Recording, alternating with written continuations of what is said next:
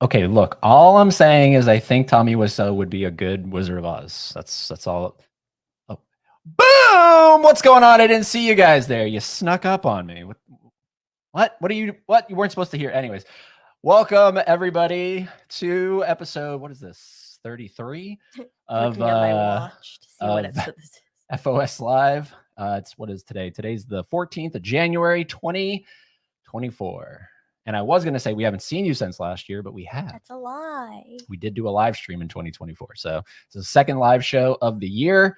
Hope it's been good so far for everybody out there. It's been off to a good start for us. Yeah, besides the whole COVID thing. Yeah. Well, yeah, we did get a second round of COVID, but you know what? It was not as bad as the first round, so that was pretty good. Yeah, so today we're back with Fans of Something Live. I don't think we've done one of these since October with Terrell, I think was our last guest. Really? Yeah, from the Overlook Theater. So this is going to be exciting to get the show back, back on its feet. So, and we got some friends out in California on tonight. California. So that's really exciting. We saw Kevin since then. We did a post HHN stream, but haven't seen Garrett since then.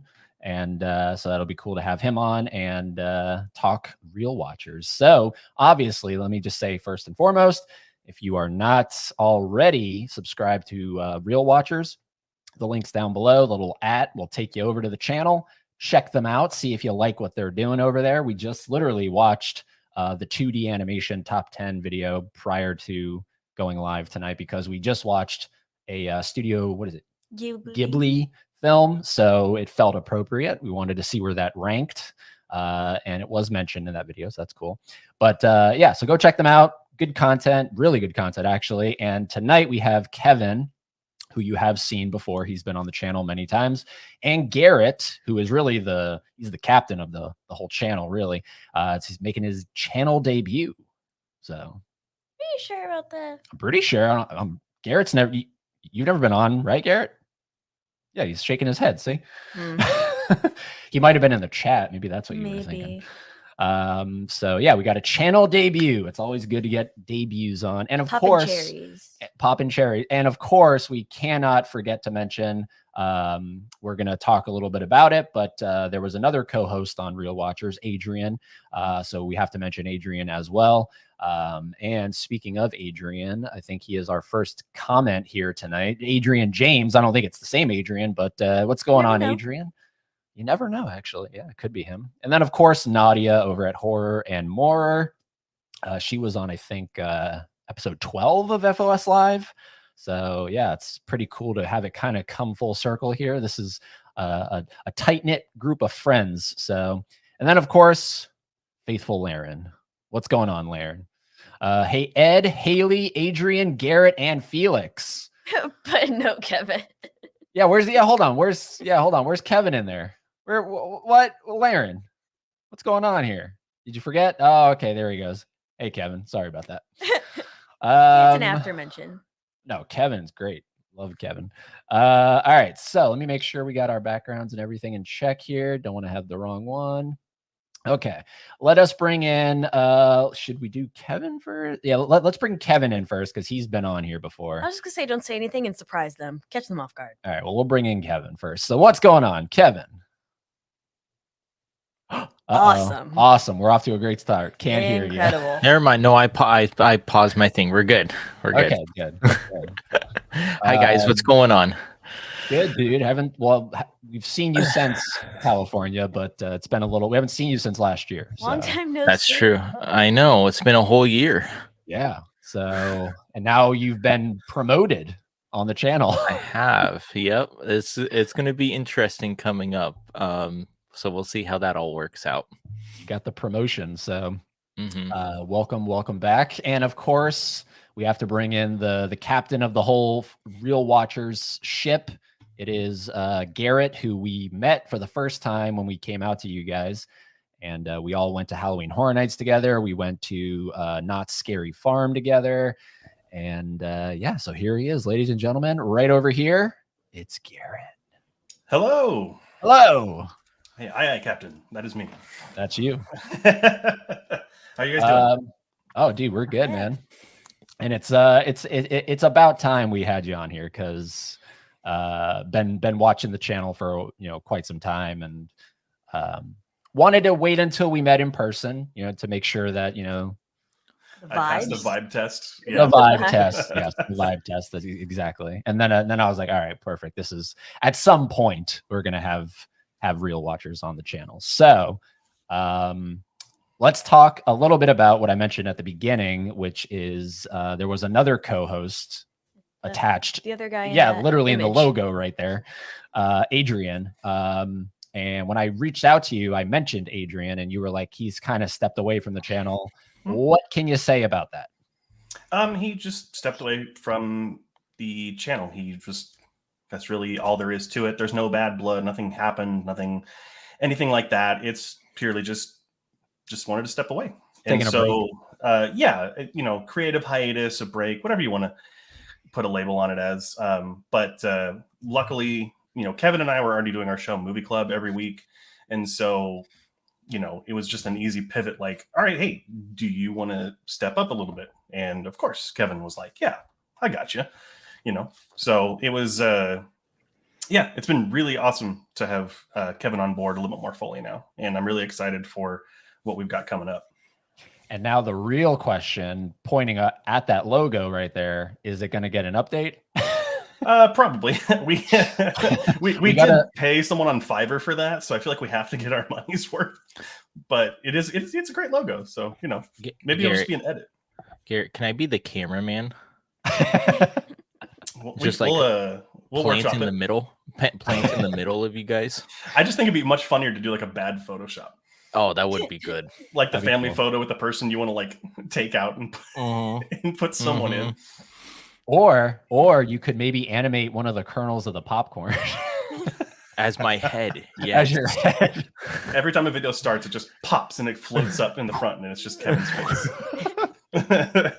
Like a rogue birthday balloon at a kid's birthday party. No, but that's cool. No, look, I love cool names for channels. I like unique names for channels. So Real Watchers is a neat name for a channel just to begin with. Especially because it deals with movies, movie reel. Right. But I'm sure there's some people, like, I don't know if you've had comments or not, but that have gone, what real? Like what does that mean? Like, has that happened yet? I feel like this name is self-explainable enough that it's easier. I mean, when we originally started, when Adrian and I created kind of everything back in 2020, it was originally just a podcast, and it was called The Drive Back.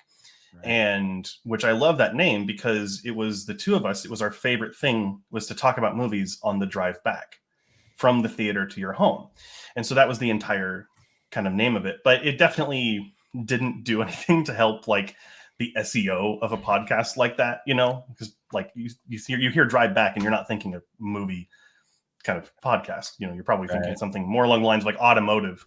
But we ended up changing it when we transitioned to a YouTube channel full time and doing the weekly live streams back in beginning of 2023 to Real Watchers. And it just kind of was a couple bit of workshops. And I believe Adrian was the one that actually landed on the name. And I was like, that's great. Like, I love that. Yeah, it's just a great name. So, and the like the main segment is kind of what you guys are doing, right? Like that's the main segment, the moviegoers, or what is it? The Movie Club? Yes, Movie Club. There you go. It's the main show right now. Yeah, because we will be bringing back our weekly live stream in some capacity this year. Okay. Kevin and I just need to finish hammering out details of what we want to do, and then obviously there are the other pieces of content like the top 10 that you had mentioned in the intro, and then some other video essays that I've been wanting to make for a long time, but my video editing skills were nowhere near as good as they are now. So, but yeah, so I would say Movie Club's probably our main show, and that's the most fun one to do, I think. Right, Kevin? I believe so. I mean, unless I really like the live streams and stuff, which I probably will like a little bit more, just because we're more interactive with the fans and everything. Right. So for anyone that doesn't know, basically what's the premise of that live show in case anyone's seeing you guys for the first time? Yeah. So originally what it was kind of like movie news. So it would start off with just kind of the weekly things you needed to know about. And, probably a bad decision to start with that, because then like 3 months into our live stream, the strikes happened. So there was no news coming out. It was the same thing every week. Yeah, Dune 2 has been delayed, or like this has been delayed. Like, we don't know if this is happening anymore. And then from there, we would move into like kind of going over like the box office, what's at the top, and kind of what our predictions were, as well as like, I watch a lot of movies. If anyone follows my letterbox, it's kind of sad, but it's like every week it would be like, here's the things, like people make videos like, here's what I watched in a month. Like I know you guys posted that recently for December, and for me it's a week. So it would just be kind of nuts. And then we'd throw caution to the wind and let fate decide, and have our fans select movies that I had to watch. And it was not always the best.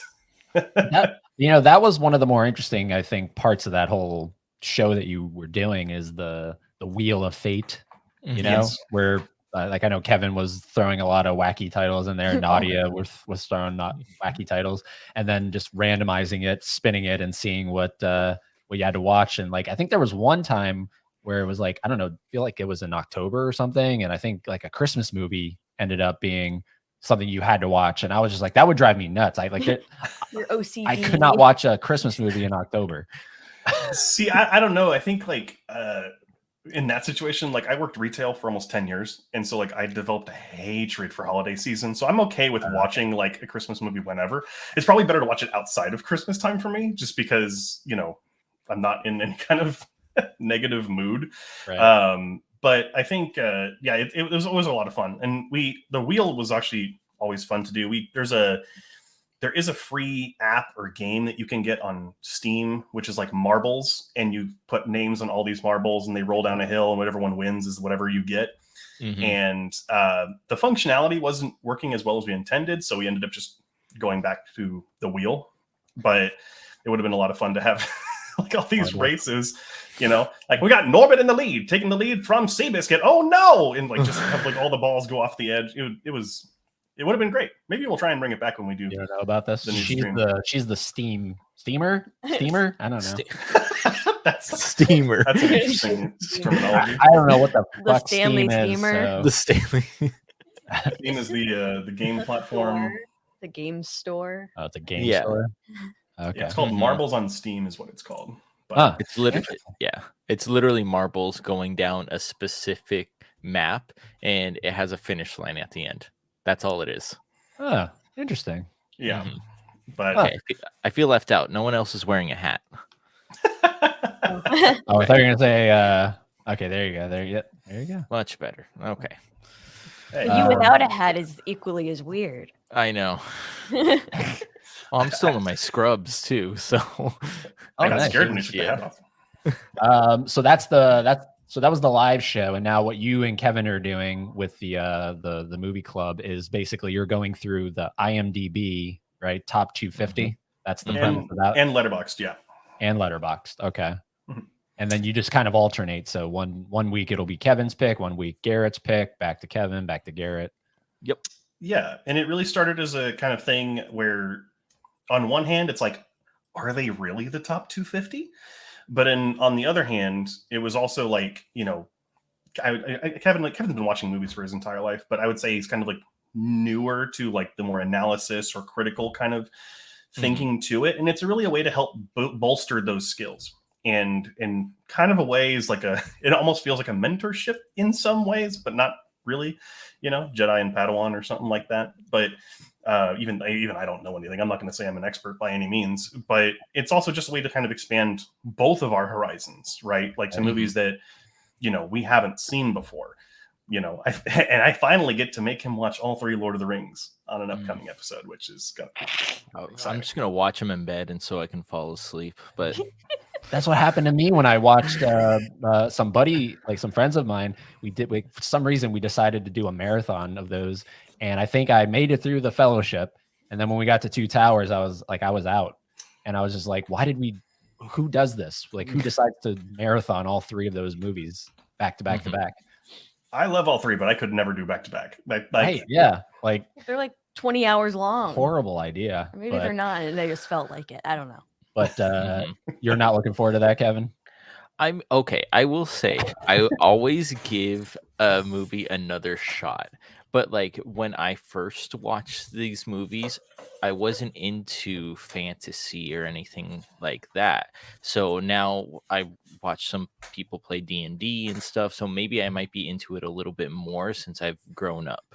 So I'm looking forward to it to see if I still have those feelings of it's a walking simulator, or if I'm going to be liking it a lot more.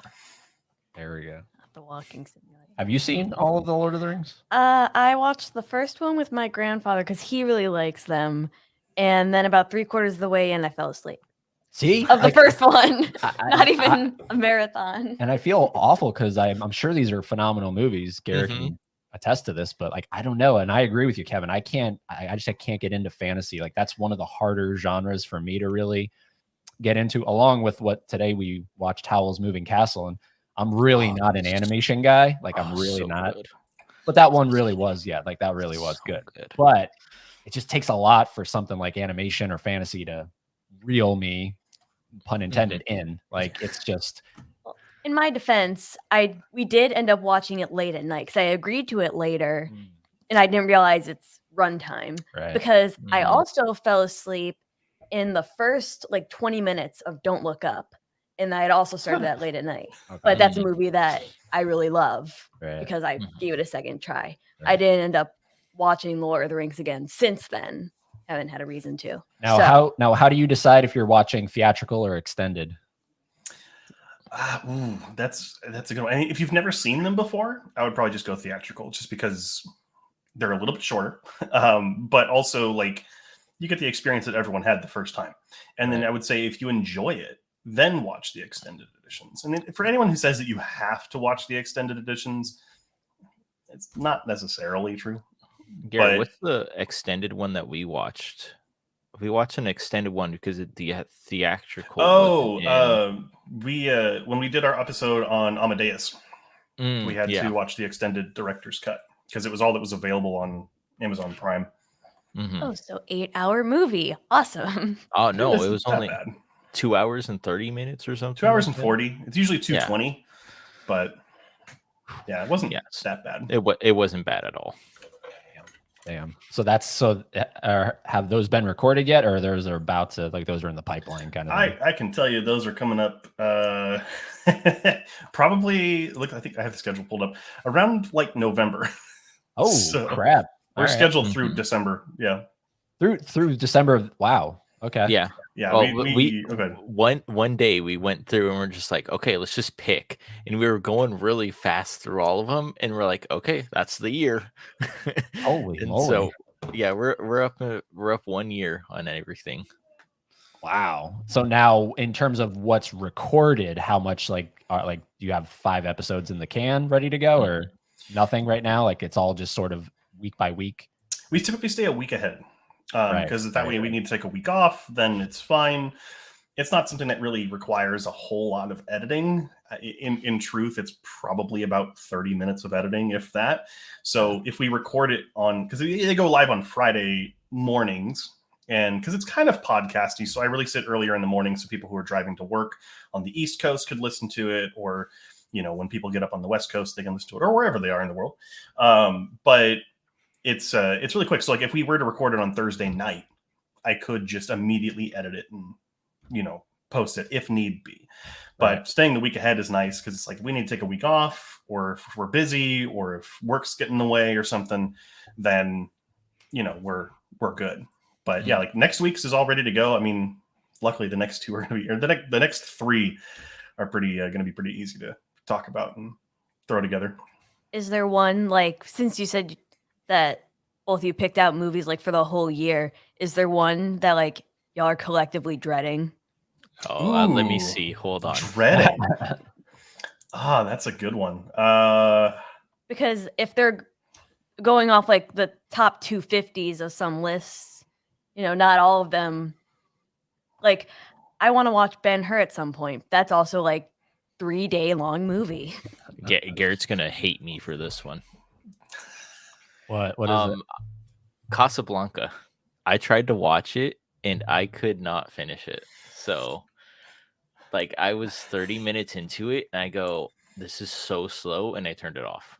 So when it gets to that, and that's one of his favorite movies. So we'll see when we get to it. That's so funny you said that, because that was my answer too. Because Oh, really? I knew it was gonna be hard. Like, because I was like, I think it's a perfect movie. It's like if I have a top 5, it's in my top 5. And if it's like, I'm just so worried that he will not enjoy it. Like that. I mean, you know, that I think that was what scares me most. But as far as like something I'm dreading, I don't think I'm dreading anything really. I mean, maybe some of the more like artsy kind of movies that we've got coming up. Like The Godfather too, I'm a little worried about because of how long it is. But I heard it's really good. That's the only thing that I have to keep talking to myself about. It's these movies are on this top 250 list for a reason. Just watch them. Right. So it seems like Kevin is the runtime is what kind of freaks you out. So for Garrett, is it like it seems like runtime isn't a factor for you? Maybe genre, like do genres freak you out? Not necessarily. I mean, we actually, Kevin and I just went and saw The Iron Claw last night, and we were talking after the movie, and I kind of realized like sports is like the genre that I watch the least out of anything. Like because I'm not a sports person. I don't care about sports. I don't follow a team or anything. Right. So it's not that I dread those. It's just that I don't seek those out, like rom-coms or, you know, like I used to not be into horror when I was in like high school around there. So like I just wasn't into them at the time. I didn't seek them out. But now I kind of watch everything. If there's anything that I dread, I would say it's more so one of the movies that's like universally praised that I haven't seen before, and I want to like, and I'm dreading if I don't like it. Right. That's what I dread the most. Mm-hmm. You know, like, you know, we've got like coming up somewhere, I think this is in like September or something. We have the movie Stalker, which I believe, let me double check. I think it's Tarkovsky. Yeah, right. That's in the Criterion Collection, right? Yes. Yeah. Andrei Tarkovsky. Yeah. Which is, it's a longer movie. It's 162 minutes, but like, you know, it's so like universally loved, like film buffs. And so I'm like, I'm dreading if I have a negative thing to say about it. Right.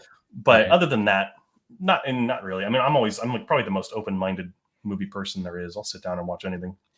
Right. So on that point, that brought up a good question right here is, would you rather be someone that doesn't like a very popular movie, like how you just described it, or would you rather be someone that likes a universally hated movie?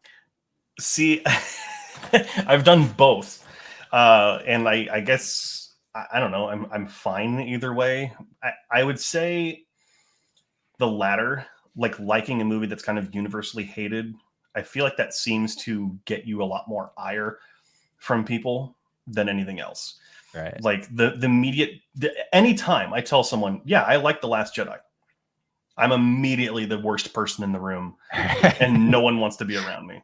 Right. You know, so like, I don't like that, you know. I'd rather be the person that likes something that doesn't like something that's universally kind of loved, because, you know, you can like, I don't know. That kind of happened early in the podcast. You can kind of like pivot off of it though and explain why you don't understand it or you don't like the movie easier than trying to defend the movie. I feel like, because I will defend Fast and the Furious even though they've gone to space or anything like that. But they're just fun. But some people, like car people, are like, oh, it's so unrealistic. I'm like, it's the movies. What do you want from it? Right. Like, you can't just be street racing for 10 movies and get the same thing out of it. So, yeah, you're probably right, because to Garrett's points, because I haven't seen any of the newer Star Wars movies, but I know that The Last Jedi is, because I follow a channel that he just talks like, he's like, that was the death of that new trilogy was The Last Jedi. It wasn't bad. It's not bad at all. Like, the graphics are better, or the visual effects are better. Don't facepalm me over there, Haley. I saw that. And it was a generic, like, script and stuff, yes, but it looks amazing throughout the whole entire movie. And Garrett, do you because clearly you don't think it's the death of the new trilogy, but No, I think it's actually the best movie in the new trilogy. Well, because it kind of bugs me. Like, so just in general, I've fallen out of the Star Wars love just because, not because of like an oversaturation or anything, but because the fans are so toxic. Like, it's just made me not want to engage with the content anymore. But like Last Jedi, it's a great movie. Is it a good Star Wars movie? That's where you can have an argument. Uh-oh, we lost him. Oh, so Star Well, hi, Wars everyone. movie? I guess we'll just keep talking until they get back. Oh, Oh, and there they are. Oh, no webcam. Ooh. No webcam. Twitch. Technical What is difficulties this? here on the Fans of What's Something this live stream. Twitch It's all right. thing? Hello. We're Oh, back. your mics aren't plugged in. Uh-oh. what about now? I love when that happens. There you go. Yep. Yeah, I don't know. We're just sitting here, and all of a sudden it unplugs, and Felix is not out. We put him away. Oh, I was gonna say, where's Fee? Oh, Fee's gone. Fee's gone. So I don't know what the hell's going on. I think the computer was like, "Oh, the's a defender of Last Jedi." I have See, I told you. Everyone just wants to leave the room. Why are we turned off? But what I was saying though is like, I think it's a great movie, but I think saying that it's like a good Star Wars movie is where the argument should be, right? Like the cinematography is great in the movie. Rian Johnson is an incredible director and writer. We've seen that with the Knives Out movies, and we've seen that with Looper. Like, he knows what he's doing, and there's a reason why they hired him. But like, as far as the actual like lore of the universe and like, does it feel like a Star Wars movie? Those kind of things. That's where the arguments should lie, not with it being like a great movie. Right. So, yeah. You haven't followed Star Wars, right? Not for a while now. No. The last movie I saw was Rogue One. Oh, so well, good. I mean, that's one of the best ones, so that's okay. I had to see it in theaters. So, like, literally, when Vader came up and the whole crowd cheered, that's like Mhm. core movie memory. Okay.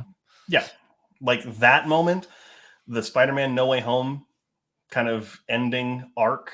I won't make any spoilers in case there's one person out here who hasn't seen it. And then like the Avengers Endgame portal sequence. You're looking at two of them. Oh, okay. Oh, Well, there's moments in that movie that are incredible. If you're worried about spoiling Star Wars, that's so let's talk far. about Spider-Man Oh, Spider-Man. and No Way Home. Oh, okay. Well, I know the spoiler on that too. Yeah, I know. Yeah, so I'm saying like that Okay. moment is akin to like the Vader moment in Rogue One. Where the theater just goes like like it Wow. just explodes. Yeah. Right. Yeah. See, back to the question of, I think I would also. I actually think I would. I love defending movies that are universally hated. Like, I love it. Like, I'm a big fan of Jack and Jill. Like, I adore that movie. I think that's one of, not his best. I don't think that's one of Sandler's best, but I think that is one of his funniest. I like that movie is just hysterical to me, and Al Pacino really anchors that whole movie. But anytime I say that, I get the reaction I got from Garrett, where it's just sort of like, "Oh, you poor soul, like you unfortunate being." Like, was it that obvious in my face? Yeah, I'm sorry. You know, but when I say it and I come across someone that's like, "Dude, me too," I'm like, that's just like the best feeling in the world. You know, it's like, "Oh, you like Jack and Jill too? That's great." You've come across that moment? I have, yeah. You haven't seen Jack and Jill, right? No. You're that's probably something you're dreading. Yeah. Yeah, because that is definitely on the watch list. So, Sure it is. but anyways, yeah. So I love I love hating on movies that everybody loves because I like making people mad. like what's an example? Example? Well, whenever I say for the longest time I was a Jaws hater. Right. Yeah, and there's videos on the channel Yeah. documenting that. That made people mad. Like, And and then it's we not saw like it I in try. IMAX. Yeah. We saw it in IMAX. It's not like I try to actively hate movies that everybody loves. It's just like when I watch Alien and I'm like, wow, this is terrible. And then Yeah. I get the Yeah. It's just funny. Like, it's also the reactions for me. Yeah, it's Mhm. fun. It's fun. But then when you come around to it, I think that's pretty cool too. Yeah. You know, like Jaws, That's character development. that was very refreshing.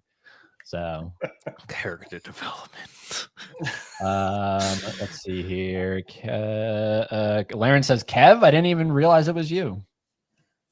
Oh, without my hat, probably. Probably. Tony, what's going on, Tony? Hi, Tony. Kevin the platypus. It's -11 outside. Oh yeah. When he must He's be up in that. He's up in Illinois.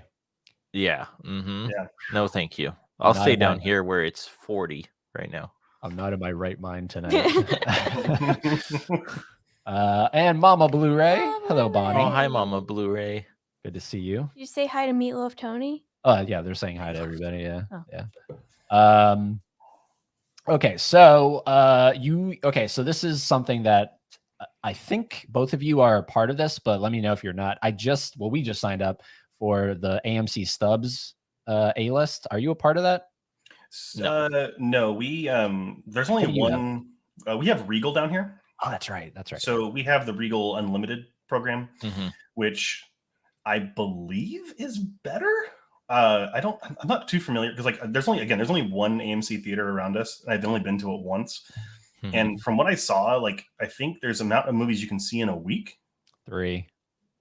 Oh yeah. Yeah. No, So- ours is way better. It's So unlimited. it's unlimited? It's unlimited. So it's essentially Movie Pass back in the day. Yeah. Movie Pass. Yeah. Mm-hmm. So it's $24 a month, and you just go as many times as you Wow. want. Yeah. See, we don't have Regal around us. No.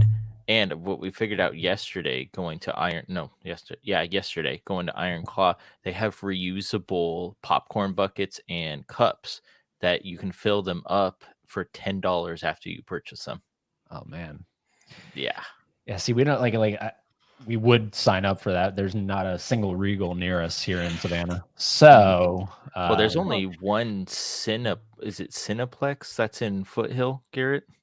Cinemark. Cinemark. Cinemark. Yeah. Yeah. There's I only thought they one went out of Cinemark. business. There's actually a lot of them. I went to college up in the lower end of the Bay Area, a place called Monterey Bay. World renowned for their aquarium. And we had Cinemarks all around there, and they had the best collectible cups. And that's what I missed the most. There were cups that were probably about this size, but thicker. And they were always super well designed. And I had all the latest releases on them. And that's what I missed the most. right. Right. The Cinemark I grew up with back in Ohio was closed down. And then I think a bunch of them just around my old area shut down. So I thought they went out of business. Yeah. But I mean, even though we don't have Regal and we're based off of what you just said, we're kind of getting a short end of a stick here, but I do still think it's better than nothing. So, 12 movies in a month, Yeah. because we just saw Night Swim not that long ago, and I looked at the price of the ticket and it was $15 for the evening. And I was like, and the membership is $25, similar to Regal. And I was like, so if we see 2 movies in a month, this pays for itself. We're definitely signing up for this. It always advertises that too before the movies. It's if you go twice a week pretty much, or twice a month, it pays month. for itself. Right. And Yeah. we can go unlimited times.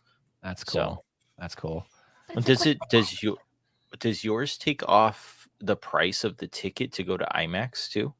Yeah, there's any format, but the one we have doesn't have an IMAX attached to it. It's but believe it or not, I'm not shitting you. It's called Big D. Mm-hmm. Sure it is. I swear to God. The moment that was the theater we saw Night Swim in. We entered them, it's the premium theater.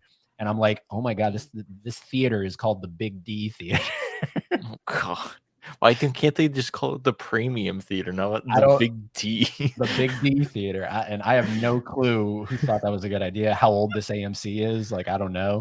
There's But- some Gen Z intern at AMC who was just this is a good idea. It's the same person that bought the GameStop stocks. Got a 3D, 4D, get Yeah, big, big D. Wait, so how So- much is your monthly payment for AMC then?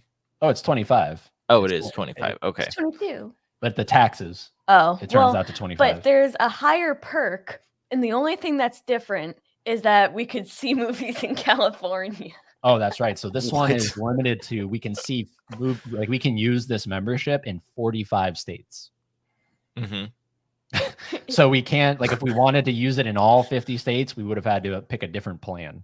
Who So are the I think- 5 holdouts? Like, Yeah, California's not included. So if we ever come out there again, we're screwed. Connecticut. Connecticut, I don't think's on there. New York's not What? on there. Yeah, it's weird. Yeah, screw That's those guys. funny. But yeah, so tomorrow we're actually seeing the Iron Claw. So Oh, and I mhm. saw Garrett's I didn't read the review just in case something was put in there. I don't think you put spoilers in your reviews, but never. Yeah. I did see how many, like, you gave it 4 stars, right? Yeah, and I want to say I give it like an 80 something. I can tell you right now. Something. Yeah, I didn't. I forgot 83. to do it. I forgot to do it last night. So Yeah, it was better than I was expecting, actually.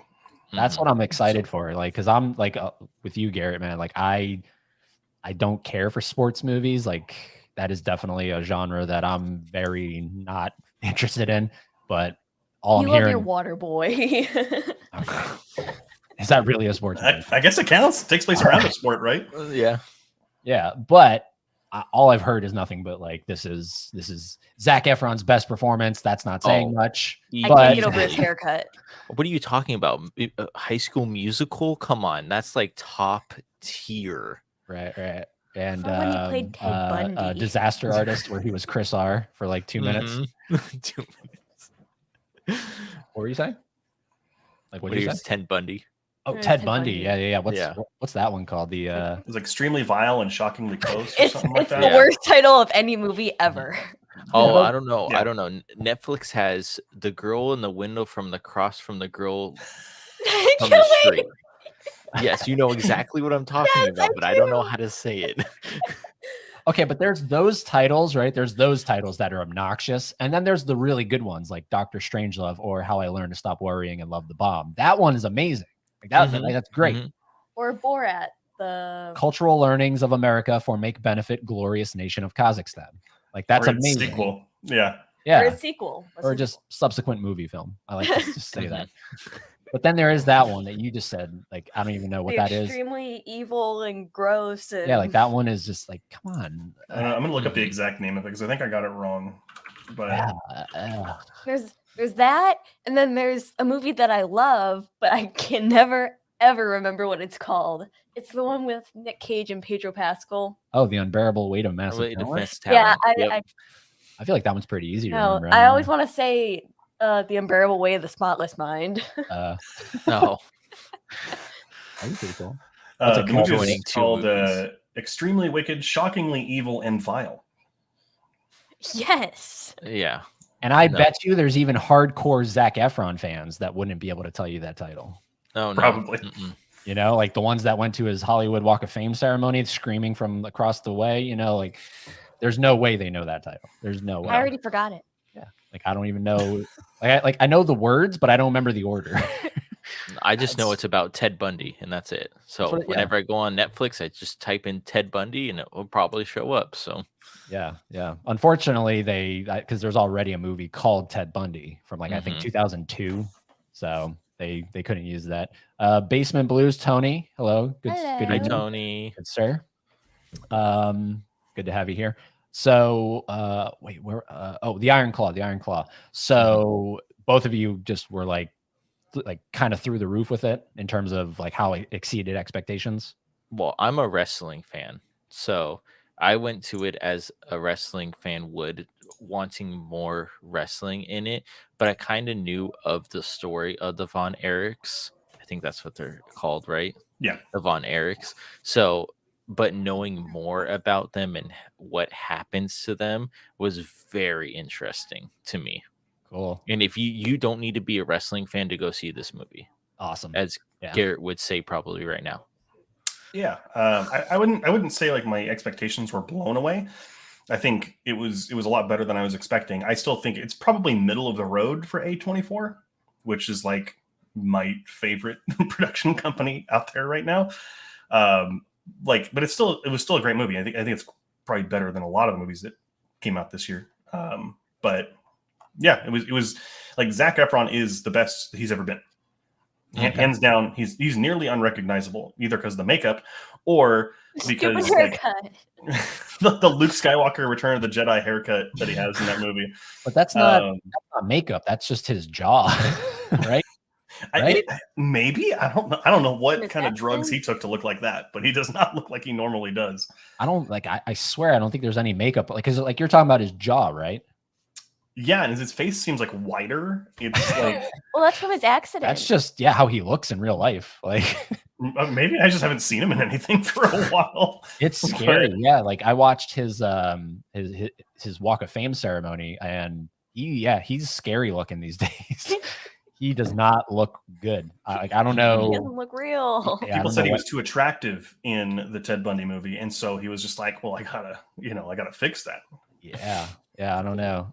He apparently it's some like accident he had, and I don't know if it's a surgery or if it's taken time to reform or something. But Yeah. anyways, Maybe Botox could be an additional factor, but yeah. there's definitely something wrong with his face. It's sad. Mhm. It's sad. But he has another movie. I'm curious if either of you have seen it that came out not that long ago. It's called The Greatest Beer Run Ever, I think is what it's called. Never. I think even I've heard the of it. title, but I haven't seen it. It's similar like in premise, kind of. It makes me think of Hacksaw Ridge. How remember like that movie, he refused to pick up a rifle. Like he wanted to be in the war, but he refused to use guns. Mhm. This guy, it's apparently a true story. He wanted to also help out with the war, but his idea was, I'm going to deliver beer to all the soldiers. Interesting. Yeah. Huh. Yeah.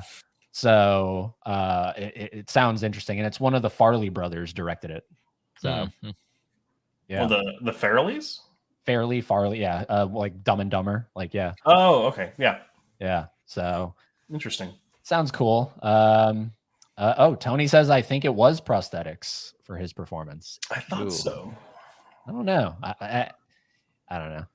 And anyways, Judd. Hello, Judd. Good to Hey, have you here. Judd. Hello. Hello. And Judd has a question. Did you see the People's Choice Awards? Those are not the Golden Globes, no.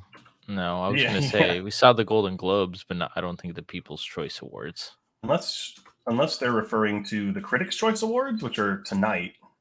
Nickelodeon's Kid Choice Awards. I was gonna say, like, can we talk about the Kids' Choice Awards? Night, are we gonna get slimed?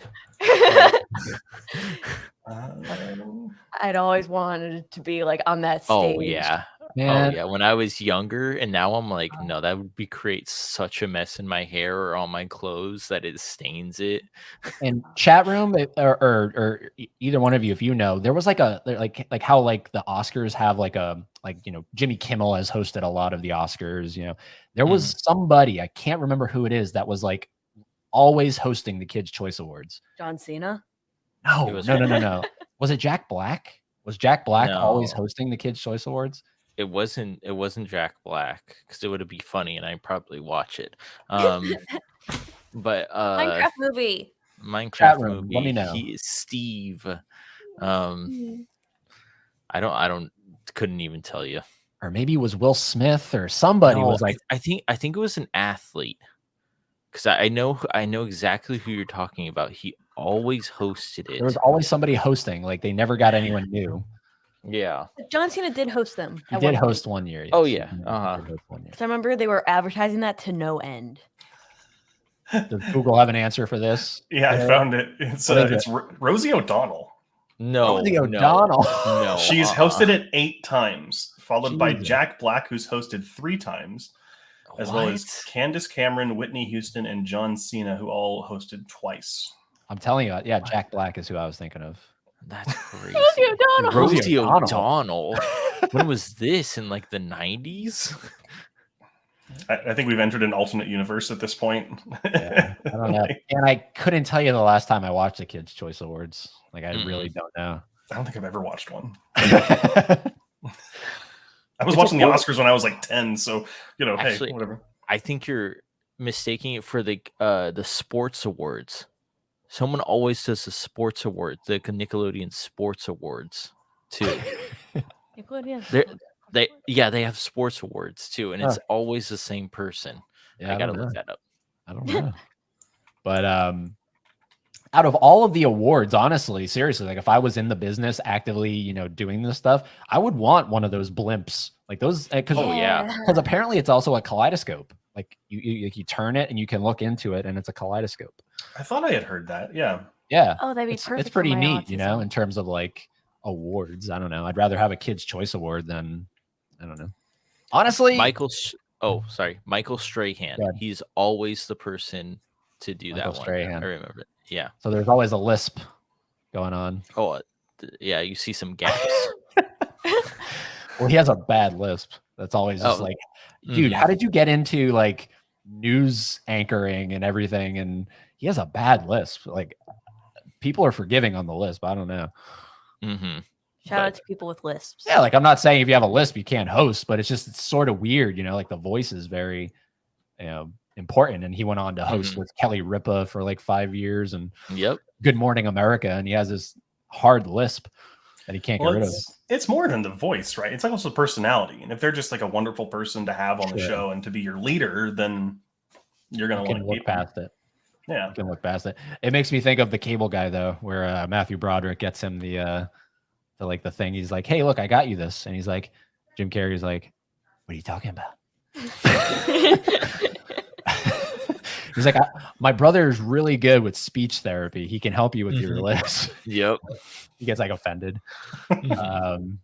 Oh, it's good. It's so good. But speaking of the Golden Globes and everything, is that something that either of you like hold a lot of stock in? Do you follow that or? I'm a huge award season person. I actually I have my notebooks over here somewhere. I wrote down my prediction for every category, just based on the nominees, and I got 13 out of 15 correct, which felt really good. He texted me all of the winners too. Nice. Yeah, I didn't know if you were watching it, so I was like, no, I wasn't. I don't know what I was doing that day, but I wasn't watching it. But I enjoyed getting the short end of the stick on this, so I don't have to watch all of the nominations and stuff. So him just saying, "Hey, this one won. Hey, this one won." I'm like, cool. I don't have to watch the whole thing then. So we work with some people that also are kind of, you know, into kind of not as hardcore as anybody in the stream right now, but they follow film. And so like sometimes that'll get brought up and they're like, "Oh, did you see that Barbie got this many nominations?" And I love Barbie. Like I'm a big fan of that. I think we all are, right? We all like Barbie.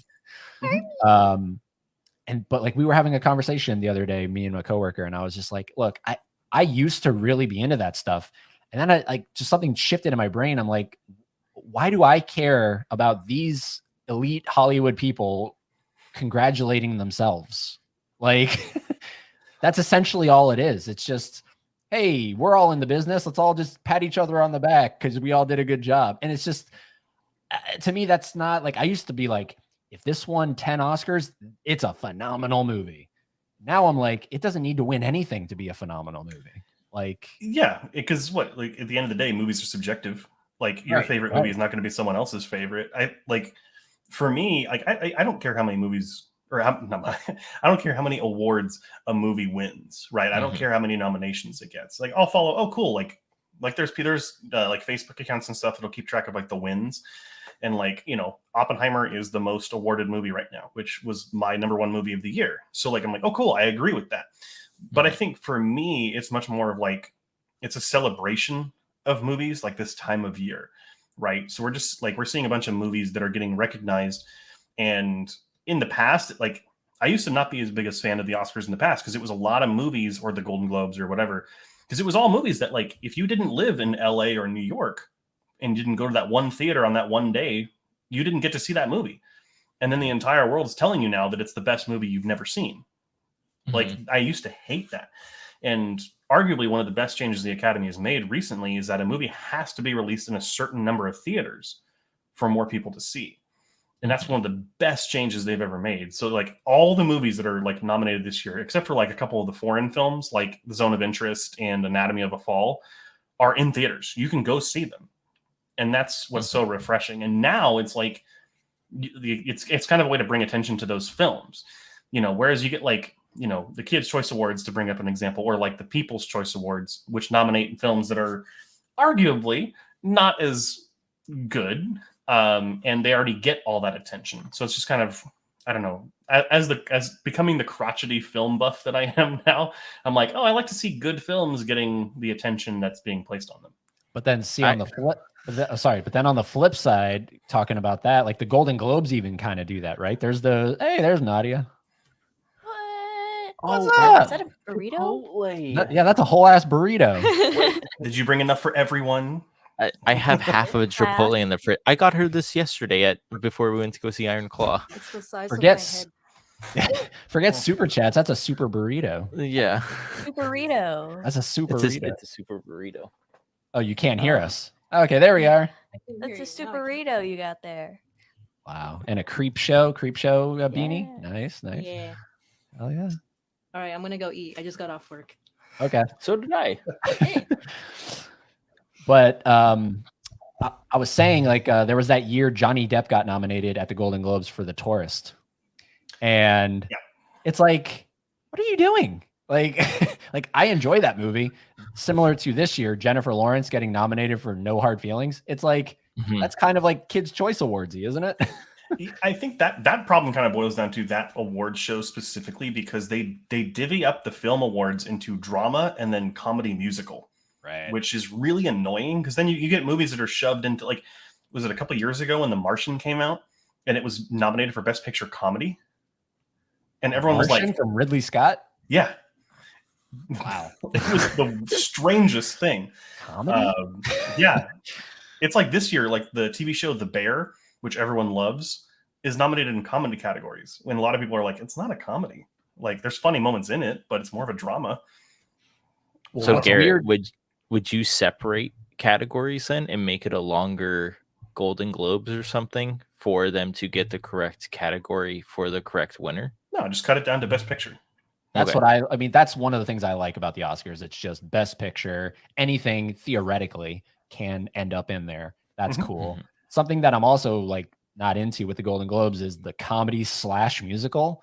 Why? Why do we okay, drama makes sense to me.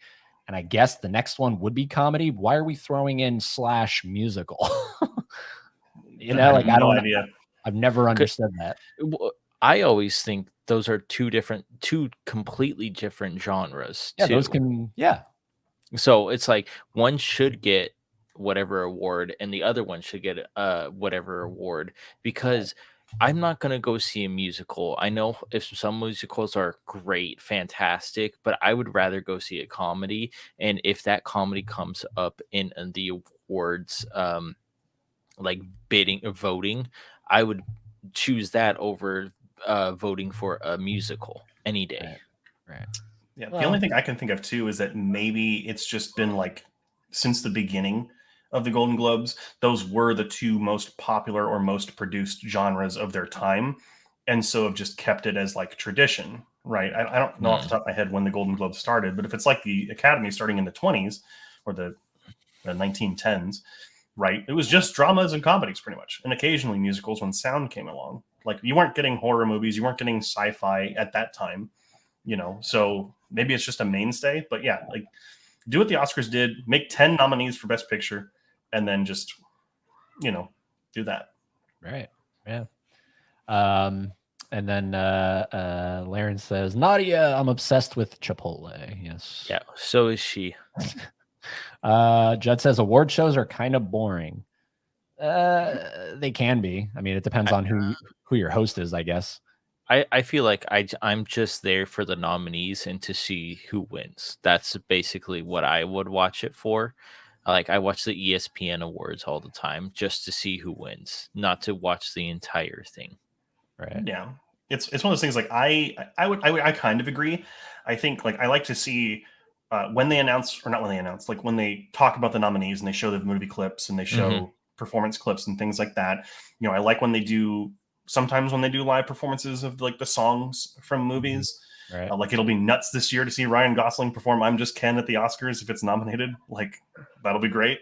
But like I always tune out of acceptance speeches. I walk out of the room. That's when I go to the bathroom. Like it's like me during the Super Bowl. You know, like when the game's on, I'm out of the room, but when the commercials come on, I'm there. Like so, you know, that's the part that's the most boring. It's just like, okay, like I get it. I you're think if they thankful. implement something like they do at the Game Awards, I don't know if Garrett can agree with me here, but is show trailers of upcoming movies or teaser trailers in between performances or award acceptances, which that would bring more people into watching it because again, like he said, I'm watching the Super Bowl for the trailers. Oh well, I'm watching the Golden Globes to see a teaser trailer of this movie that's going to come out. Well, Right. technically, the Oscars did that last year. They did a premiered. There was like a 100 years of Disney thing that they did, and 100 years of Warner Brothers thing that they did that were exclusive during the award show. They Mhm. showed off a trailer for like The Little Mermaid during that time. Like there were little things, but it wasn't like the Game Awards, Mhm. where Jeff Keighley is just out there like, "Hey, I know people in the industry. Here's what's coming out." Like I Mhm. think that wouldn't be very interesting, but. Mhm. I feel like with award shows, like unless it's like an actor that you really like, you can only listen to somebody like thank their mom and dad so many times before it's Mhm. like, just give me the results. Like, Yeah, I usually I try to put myself in those person's shoes. Like if I was, I don't know, like it's like one of the historic ones this year, Lily Gladstone. Like if I was her, yeah. like, I'm trying to think of what that means to her. I don't care because I'm not winning it, but I'm trying to think that means a lot to her, and so those don't tend to bore me. It's just the idea itself. I am much more into what Garrett is apparently not into, which is just sort of like the general public, like the People's Choice Awards. Like, yeah, weird movies will get nominated, but I think that almost like speaks more for the, because that's what it's made for. Ultimately, it's made for audiences. It's not made for, I guess an actor can be an audience member, but ultimately it's for us, the people that aren't in the business, really. That's why they're making the stuff. So Yeah, and I think the Golden Globes actually did something this year. They introduced the award for cinematic and box office achievement, which is a really weird name, but it's in a way it's saying like it was popular with critics, but it was also popular with moviegoers. And Right. so that's how you got Barbie to win that award, because it was critically acclaimed and it was audience acclaimed, and it also made a lot of money. Right. So it got the award. It'll be interesting to see what gets nominated for that next year. Like if it wasn't for that, John Wick Chapter 4 wouldn't have been nominated for a Golden Globe, or like anything else in that category. Guardians of the Galaxy Volume 3 was on there too. Like movies that were good that don't get any attention. And it's a good way to bring them attention. It's the closest you get to like a fan favorite or something like that. So, but it was kind of refreshing. But and then there's the obvious one that everyone talks about, and I totally agree with, is why is there no stunt category? Oh yeah. Speaking of John Wick, like that's what triggered that. It's like, why is that not a thing? Why best stunt? I don't know, scene, best stunt performer, something like that. Yeah, like stunt effects, like just something. Like Right. it's a historically underrepresented part of the film industry when it comes to award season. Well, think about Fall Guy that's coming out. That could be one of the nominees for best stunt movie or best stunt performance by somebody.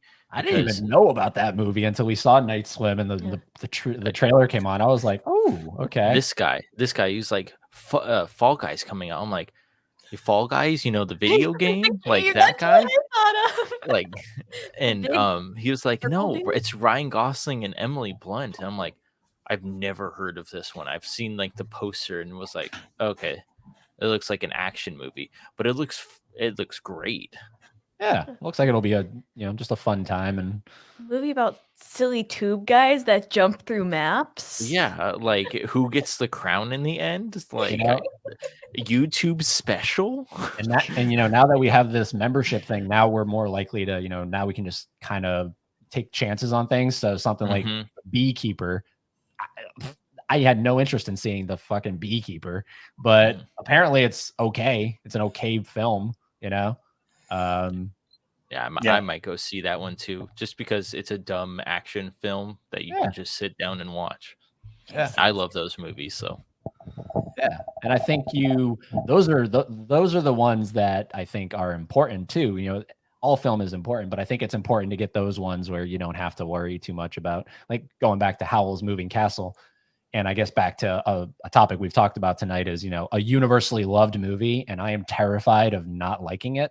Like I was watching it and I was like, I gotta watch. I have to laser focus Hone right now. in. I have to zone. Like, even though we did the English dub and everything, I didn't have to read. Christian Bale was doing all the work for me. I was just like, I have to focus. Like something like The Beekeeper is just really, you just go and you're just like, all right, come on, entertain me. You know? I'm so curious though. So like, is it all animation that you're just not too keen on? Most animation is just not. I don't know what it's. I think it's. I just I know all film mostly for the most part is all fake. La La Land. That's all just a performance. Anything. Full Metal Jacket. It's all just actors in front of a camera. But there's something about the tangibility of me knowing that's a human. Whereas I watched something like Howl's Moving Castle, and as good as I thought it was, I'm still not like emotionally invested into it because I know it's just a hand-drawn animation. Like it's not as affecting to me. But like something like Soul, Disney and Pixar's Soul comes along and it just does something to me. And I'm totally invested in what's his name? Joe Gardner, I think. Joe Gardner's journey in the afterlife. And it's probably the subject matter is what really appealed to me there. The fact that it's a kid's movie and we're dealing with life after death, Sure. And I think also like because you said yourself, like you're not that big a fan of fantasy, right? And I feel like that's most of Ghibli is very fantasy heavy. Like with the exception of maybe like The Wind Rises. I was gonna say Grave of the Fireflies. Grave of the Fireflies. Yep. I mean, maybe you just need to watch more grounded like anime or animation films. Right. Like we were during your top 10 list of the 2D animation, when you said Ghost in the Shell, that made me go, I really want to see Ghost in the Shell. And I know that's maybe not super grounded, but it's just maybe more in line with, what is appealing to me, more of a genre appeal than like the I really enjoyed Perfect Blue when we watched that. So good. I really enjoyed Perfect Blue, so maybe it's stuff like that I need to see, maybe more mature kind of, stuff. Have you guys seen Akira yet? That's one that I really want to watch. Like I've been saving it to watch with you. Okay. Because like that's like one movie that quite literally everybody says once you see it, like your life and outlook there's is changed. Pre-Akira and there's post-Akira. Yeah, there are two stages of life. Right. But see, I thought it was like that with Akira, but I prefer Perfect Blue over Akira, just because of how. I know that's a hot take, but I don't know.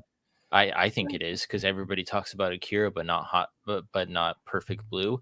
But Perfect Blue is just so more grounded than everybody thinks it is. And then when they see Akira, they think of old school animation. But the Perfect Blue is just a really good storytelling animation. And what's really nice about Perfect Blue is that I don't know if you're familiar with the movie Black Swan. Oh, I love Black Swan. You have not. She hasn't seen it. Perfect Blue was the inspiration for Aronofsky to make Black Swan. And that's probably why I also really connected to it because, I really enjoy Black Swan. And that same director, Satoshi Kon, actually did another movie that I really love called Paprika. And that was the inspiration for Inception, at least one of them. Yep. And that ended up as one of your official choosings on the video, and that movie's bonkers. Yeah, like the clips you were showing made me go, okay, that's probably one of the ones I got to bump up in terms of just checking it out. I don't know, but I have those core ones that I always watched as a kid: Lion King, Aladdin, all those '90s Disney movies. I'm always a fan of those. One of the things I think too is that I think a lot of people, because they have such nostalgic feelings for the Disney animated films when they were a kid, they then equate animation to being a kid thing, which it is really not. Like it's a medium. It's like, it's not a genre, it's a medium. So like, when people say, oh yeah, I don't watch, like Perfect Blue or movies like that because it's a kid's movie, and it's like, it's really not. Like, there's not at all. What are you showing your kids? Or like it's just like animations for kids only. It's not. Like I've probably like teared up or found more like universal kind of things in animated films than I have live action. I don't know. Yeah. But that's what I love about it all, is like you have that, right? And I'm someone that I'm just like, no, like a live action is 9 times out of 10 gonna make me, come close to shedding a tear or, you know, Mhm. just bawling my eyes out. You know, I can list 15 movies right now that'll just every time I watch it, it'll get a tear coming out. I can maybe list you 3 or 4 animated movies that have made me cry. You know, Mhm. but that's the beauty of it all, and what's so fascinating about it. And, you know, going back to the Barbie thing, how people are trashing on it, and I'm just like, I don't get how you trash on this. Like, to me, it's a movie about, you know, among other things, just, you know, appreciating, you know, being who you are, and all this stuff, and all this woke stuff is just like, I don't know. I feel like a lot of movies have a message, right? So why are we zeroing in on this message? Mhm. I think it's just because the message happened to appeal to $1.5 billion worth of people, and people don't like that. And that's the thing. Like, jealousy comes into it too, right? It's sort of like, Mhm. oh, that's the thing that everyone loves, you know? Yeah. It's also just people just love finding things to hate. Yeah. Yeah. Yeah. Oh yeah. I don't know, but It's the worst. It's just literally like any YouTube channel I find that's just completely, or like not just YouTube channels, like podcasts or anything, where it's just completely devoted to this is why this movie sucks. This is why this movie is terrible. This is what's like everything wrong with. I can't stand things like that, because it's like even if the movie is bad, it's like why are we hating on it so much? Like, it's easier to hate than it is to love now, which Mhm. really bugs me. Right, and that's something that I'm always aware of when and I'm sure you're the same. It's, you know, there's a way to make, you know, the video you publish, the thumbnail and everything. There's a way to make that very appealing to a lot of people, and unfortunately, one of those ways is to, you know, have keywords that are negative keywords. And I tested this. Mhm. I tested this. We did a video not that long ago of like me doing a Blu-ray trip to Dollar Tree, like just looking for Blu-rays at Dollar Tree. And I was Mhm. like, I'm going to try something here, because I see that this apparently works with a lot of videos. If you put in capital letters, like a negative word, put it in capital letters, apparently your video just does better, because people love that, like the negative word included. So I was like, but I don't want to sell out and be like that, you know, because I don't like Mhm. doing that clickbaity stuff. But I was like, I think I named it "Going Blu-ray Hunting at the Forbidden Dollar Tree," and I put forbidden, and it got like 2.5K view, and I'm just like, why? Like had I just gone Blu-ray hunting Dollar Tree, it probably would have got 100 views, you know? Yeah. Forbidden. I mean, I'm even seeing that just in marketing now. Like, I'm on Facebook and I get ads for things that are like, you know, they're disguised as negative ads. You're like, oh, you're telling me this meal subscription service gets like free food, like, and it's just veiled as a negative thing, but then it gets all these. It drives me nuts. Yeah, it's nutty. Mhm. It's So- it's like but it makes you contemplate, you know, going in that direction, because we all want growth for, you know, whatever we're doing, right? We all want that. So but like, to your case, like anybody that sticks to their guns and doesn't, you know, sell out in that kind of way is, I think that's, you know, very admirable. And you know, it's just it's so unfortunate, you know, like it really is how difficult it is to get people's attention, you know. It's one of those things too. Like, I was just going to mention, like you said, like, you know, it kind of, do you sacrifice the intentionality of your content Yeah. to get growth? I went and saw American Fiction today, and while that's not what the entire point, that's not what the movie's about. Like, it's completely different, but it's a similar idea, right? The writer of this novel has to give up what he thinks makes his own good novel and kind of go to what he considers a low, and then it's wildly successful, and he has to reckon with that. And it was like, I literally connected with that on, like, not a spiritual level, but I was like, wow, that's the same way I feel about content right now. Right. You know, Mhm. Is that a new film or is that an older film? American Fiction, just it's it's one of the award season contenders. It's got Jeffrey Wright in it, who was Commissioner Gordon in the latest Batman film. Was also in Westworld. He plays an author who writes fiction and other things, and then his publisher, or there's another author who publishes a book about like the Black experience in America, and it's like the most stereotypical thing ever. And then, like, he's like, oh, I'm gonna, like, as an FU to publishers, I'm just gonna write the most stereotypical thing I can. And it's like immediately like, yeah, we'll give you $750,000 first look deal. Here's a $4 million movie deal. And he's like, what the? And he's like trying to reckon with what he made. And it's so fascinating. It was a great movie. Highly recommend it. Yeah, that sounds good. Okay, let's shift gears since now we're into 2024. I'm very curious. We'll kind of go around, starting with Haley, and then we'll go to Kevin, Garrett, come back to me. Number one most anticipated movie 2024 that we know is coming out. Obviously, there's those ones that come out that blindside us, right? On the spot. Yeah. God, I don't. Well, I'm surprised you don't know your answer. 2024, come on. Joker? Yes, thank you. Oh, okay. You're welcome. Have a good day. I mean, sorry, I know I said the order, but you're all for Joker for us. It's that's the most anticipated. Well, it's because like it was announced like in 2021 or something like that because it was supposed to come out last year. Yeah, Was it? I think so. Yeah, it might have been delayed. Because it was definitely delayed at some point. But whenever we discovered it, it was like, oh my God, that's so far away. And now it's just a few months, 9 months. Yeah, I'm looking forward to that one as well. But I think, right, well, I think Kevin's still doing some looking. research there. I'm still going. Hold on. For Oh, me, go ahead. Go ahead. Oh, I was gonna say, just to put this one out there because we just saw the trailer for this one. Imaginary looks really cool. Oh yeah. So Blumhouse. yeah, the Blumhouse Imaginary. Just because Imaginary friends kind of scare me, and then well, because when you see kids talking to people that aren't there, it's like, what the hell are they talking to? Right. So that looks interesting. So I'm gonna say that one. All right, Imaginary. I'm actually one of my favorite directors is Robert Eggers, who did The Lighthouse and The Northman and The Witch, and he is doing finally his remake of Nosferatu, which comes out this December, and I'm beyond excited for that. I think that's probably like of all the ones we know are coming this year, it's that one. Isn't Frankenstein? Didn't get pushed to 25, or is that this year?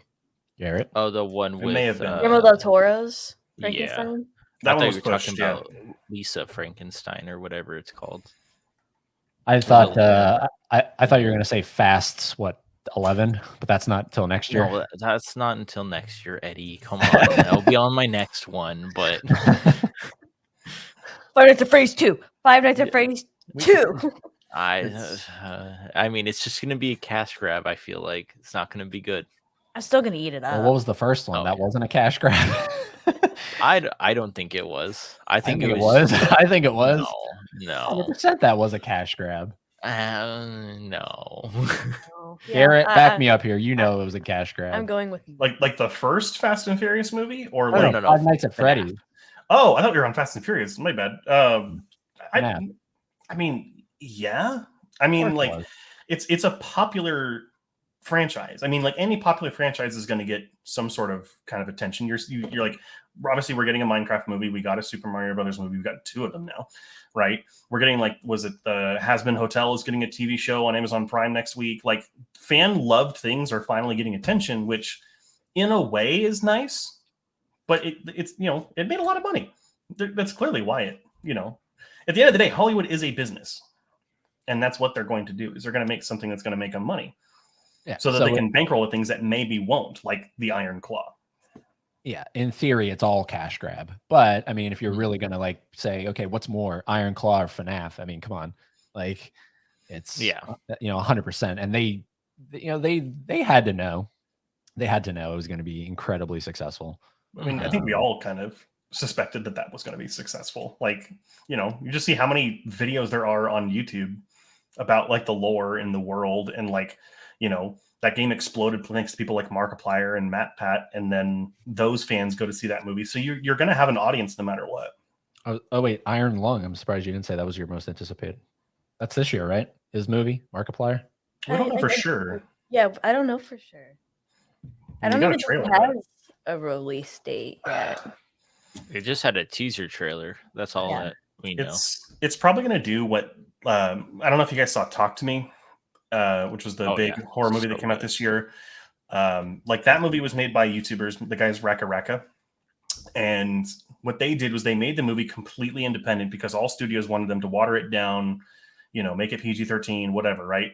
And they didn't want to. And so they made it independently, and then they showed it at Sundance. And it was at Sundance where they were picked up by A24. Like they bought the film like straight up, which that might be what Markiplier will do with that movie, is take it to a film festival, screen it for studios, and try to get it picked up by a distributor who's going to put it out there. Not that he doesn't have the money to do it, but it helps to have like an A24 or a Neon or something behind your movie to distribute it. Right. Well, I know it's all filmed. It's just a matter, I guess, of when it's coming out. Post-production, visual effects. Yeah. Probably my most anticipated movie of all time is the John Malkovich movie with that's been directed by Robert Rodriguez that no one's ever gonna see. You found that out from me. Do you guys know what I'm talking about? I've heard rumblings and musings of such a film, but So apparently a movie was it's been filmed for a while, right? It's been made. Yeah. It's with John Malkovich, and it's not releasing until 2000. It's 100 years from whenever it was. 2112, something like that. So we're all going to be dead. Like that's the whole point. We're not. No one's ever going to be able to see this movie. It's right locked in now. a vault, like Zoe 101 style. Right. No. And it's literally like kept secret, can't be opened. And it's all a commercial, actually, for this liquor that takes 100 years to age. That's just infuriating to me. It's like I know I'm gonna die at some point, and I won't be able to see the movies made after my death. But it's infuriating to me to know that there is a movie right now I could, in theory, watch, but they're preventing me from watching it purposefully. Now that actually kind of brings up an interesting topic and a question that I kind of was thinking about all day. Is there a movie that you would want to see that isn't currently being made or hasn't been made that you really want to see? Like a remake with a certain director, or like a true like Avengers Secret Wars type thing or something like that, right? Like, is there something that you want to see? Because I have two that I'm like, they need to happen. Take the reign, Yeah. and let us think. So the first one, like obviously we get a bunch of Disney live action remakes, but for some reason they're not doing a live action remake of Atlantis yet, and that needs to happen. Okay, all right. Like that, it would just be a fantastic live action movie. But also, I would want to see the director of Dune, Denis Villeneuve.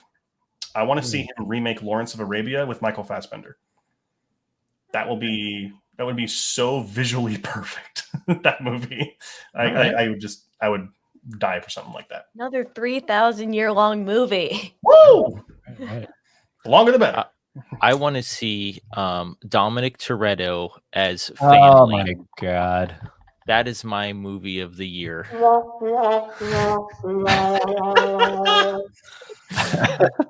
What about Dominic Toretto, the Fast and Furious Jurassic Park movie that we were always told that with was in Chris development? Pratt as Chris Pratt? I would love that. I want to see Dom in his Charger like flick the car around and like headbutt like the T-Rex away like in that final boss fight. Oh, Dude, Dom Toretto is going to smash the ground and create an earthquake that kills the dinosaurs. I mean, it has to be that way. Oh my god. I want to see the movie that could have been Bohemian Rhapsody when it was Sacha Baron Cohen Oh yeah. and Yeah. when it was rated R. Right. That's good. That's a good one. What could have been the what if you will. I have one that I feel like Eddie should be saying, but he's Well, not. I think well, the one that immediately goes that is always infuriating to me is Cameron spending all his time on Avatar. I think if it all goes according to his plan, he will die making Avatar 5, right? And that's that upsets me. Like that's all we're gonna get from him for the rest of his duration on Earth. It's and like there's a movie that he Lightstorm, his company, picked up. I think it's called The Informationists or something like that. And it's like such a 180 of anything he's ever done, and he's always contemplated doing it. but he's just like, I'm too busy on Avatar. I think at that point he's like, I'm too busy making Avatar the way of water, you know? And it's just like, dude, like I like Avatar, really do. I'll watch them, but please don't just end your career with these things. Do one last, you know, maybe make Non-blue people like movie. a Fablemans kind of thing, you know, maybe make your biopic. I don't know. But like, don't have these be your last thing, please. You know, you're too good. I really thought you were going to say the James Cameron Spider-Man movie. Okay, well that too. I mean, yeah, with Leo. Mm-hmm. Yeah, that would have been nuts. That would have been crazy. Yeah. No. Apparently, Leonardo DiCaprio was going to be Spider-Man. Okay. No, I want to see what could have been Tim Burton's further out cinematic universe of Batman, where the Nick Cage Superman. I need the Nick Cage Superman. Nick Cage Superman. Well, there's that great documentary that they made. One of the guys on Collider, he passed away. I forget his name. John Shep, something like that. He made a phenomenal documentary about that. And I think I've seen it. I don't know. Has anyone else seen it? I know of it, but I haven't seen it. Oh my God. It's so in depth on like the behind the scenes. He has the producer, you know, talk about like, you know, like the ideas and everything. And what could have been like the camera tests with Nick Cage in the suit and everything. And yeah, like that's a really fascinating kind of wormhole to go, rabbit hole to go down. It reminds me of was it Jodorowsky's Dune or whatever? There's like that really avant-garde, like auteur filmmaker.